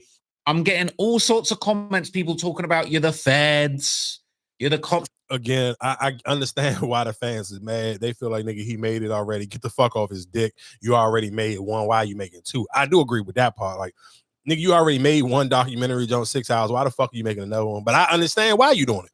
It's for the likes of anything else to cover though. Like that, I don't mean that's what I'm saying. Are y'all mad? Like, is it other things like he can be? You know what I'm saying? Like, no. So you, I mean, no, it's nothing else for him to cover right now because I mean, drill rap and that type of rap is kind of dying down. Honestly, I mean, and that's realistically why the Billboard put out the top 10 hottest females because it ain't 10 niggas you can do that for. Like you couldn't like right now today. I don't necessarily know if you can name off 10 hot male rappers. So is there anything else for him to talk about? No. And I think that's again one of the reasons what I kind of love the space that even hip hop music is in, because a lot of these people who are coming just as guests and kind of vulturing and leeching off of it, you kind of got to die out because a lot of people like to play it safe. Like I'd be so like, I'm not disappointed, but niggas, it just be like when I am disappointed when I see a lot of these hip hop blog pages like just keep posting just random any and everything about Blueface. Bro, I'm never cutting this fucking mic on to talk about Blueface or Krishan Rock. I don't give a fuck about none of that shit. That shit is stupid. That shit is beyond low hanging fruit. Like that's just some big dumb idiot shit to talk about. But I watch how many blog pages now because a lot of niggas be scared to talk about something new. Yeah, something new may not get the clicks and views, but I'd rather be the nigga talking about something new and then later on people be like, damn, Mikey been talking about that shit. Same way with the WNBA. Nigga, I was talking about that shit before it was cool for niggas to talk about it. I was telling you about Angel Reese fucking since she won that fucking championship. And can't talk. And matter of fact, before we get out of here, shout out to Angel Reese and fucking Paige Beckers for getting they got some collaboration with Oreos and Reese's, some type of fucking candy they got coming out for the holidays. It's an Angel Reese and Paige Beckers edition, the Reese's Pieces and Oreos mix. So shout outs to both of them. They was at the New York Knicks game today promoting that candy that they got coming out. I ain't look crazy like that. That combination seemed a little nuts. If I see it, I may buy it just off the strength because I am fans of both of these. But again, like I said, hey man, each and every Tuesday, right back here, like, share, and subscribe. And like I said, man, stay safe for the holidays, man. Please be cautious where you're going, where you're moving around. I can't. And matter of fact, for people who live in the DC area, when you can get out of here with this little bit of information, and it's one of the reasons why I don't. Oh man, I forgot to talk about shout outs to. I can say it's not a shout out, but shit, 2 major cheesecake factories are closing down in the DMV area, and I know some of y'all don't like to sit here and count Baltimore as DC, but Baltimore is losing their cheesecake factory and the Joan on Wisconsin Avenue closer to where, like, on Wisconsin Avenue, what is that next to? The Nordstroms, the Bloomingdale's, right there where the shop and get good right there on Wisconsin Avenue. They are closing that cheesecake factory at the end of the year as well. And so is this one in Baltimore. The changing face of the Baltimore Inner Harbor. Another large restaurant leaving. The Cheesecake Factory set to close its doors next month after nearly 30 years in the city. In a statement announced Friday, the company said after extensive review and analysis, the company made the difficult decision to discontinue operation of our restaurant in Baltimore. Our last day of service, January 24th, 2026. I'm very optimistic about the Inner Harbor specifically. City Councilman Zach Blanchard, who represents the district, is at the harbor tonight, facing what some observers are calling another fatal blow for an area once considered the city's crown jewel, which Blanchard believes can be reclaimed. The whole south side of the Inner Harbor is about to redevelop into an awesome new park. We have Top of the World, which is being saved and about to have $500,000 reinvested in it. And then bigger picture, right, we have the full-scale redevelopment of Harbor Place. So for folks who are pessimistic, I totally understand. And I'm going to miss cheesecake too, but I think there's a lot of reasons to be optimistic about what we have going on. Still, some observe. Again, like I said, just like, share, and subscribe each and every Tuesday. I guess I'll close you out with a little bit of bad news in DC as well. When you're talking about cars getting broken into, like I said, if you don't got to go into DC, I played some clips earlier, y'all, some new restaurants in Maryland. You kind of want a little bit of better safe parking, kind of get away from the shenanigans. Bro, DC is like, that's one thing that can't just like, anytime I see like a cool little concert or something, I'm like, bro, you damn near got to go catch you a fucking Lyft or Uber to go into the city because you risking your own shit, your windows and shit getting buzzed. It is so frustrating. First, the dismaying double take to make sure you're seeing it right. Somebody broke into your car. Then comes theft assessment, contacting insurance, the police, and auto glass replacement, broken glass cleanup, and trying to keep out the elements until repairs can be made. Numerous cars in the fairly small parking lot behind the Theory Apartments on Neal Place Northeast were hit. I just found out. I came outside. My girlfriend, I've been sick, so I was going to get some medicine. So it's just crazy. In a post on X, DC police confirmed there were vehicle break-ins in both parking lots and parking garages over the Thanksgiving weekend.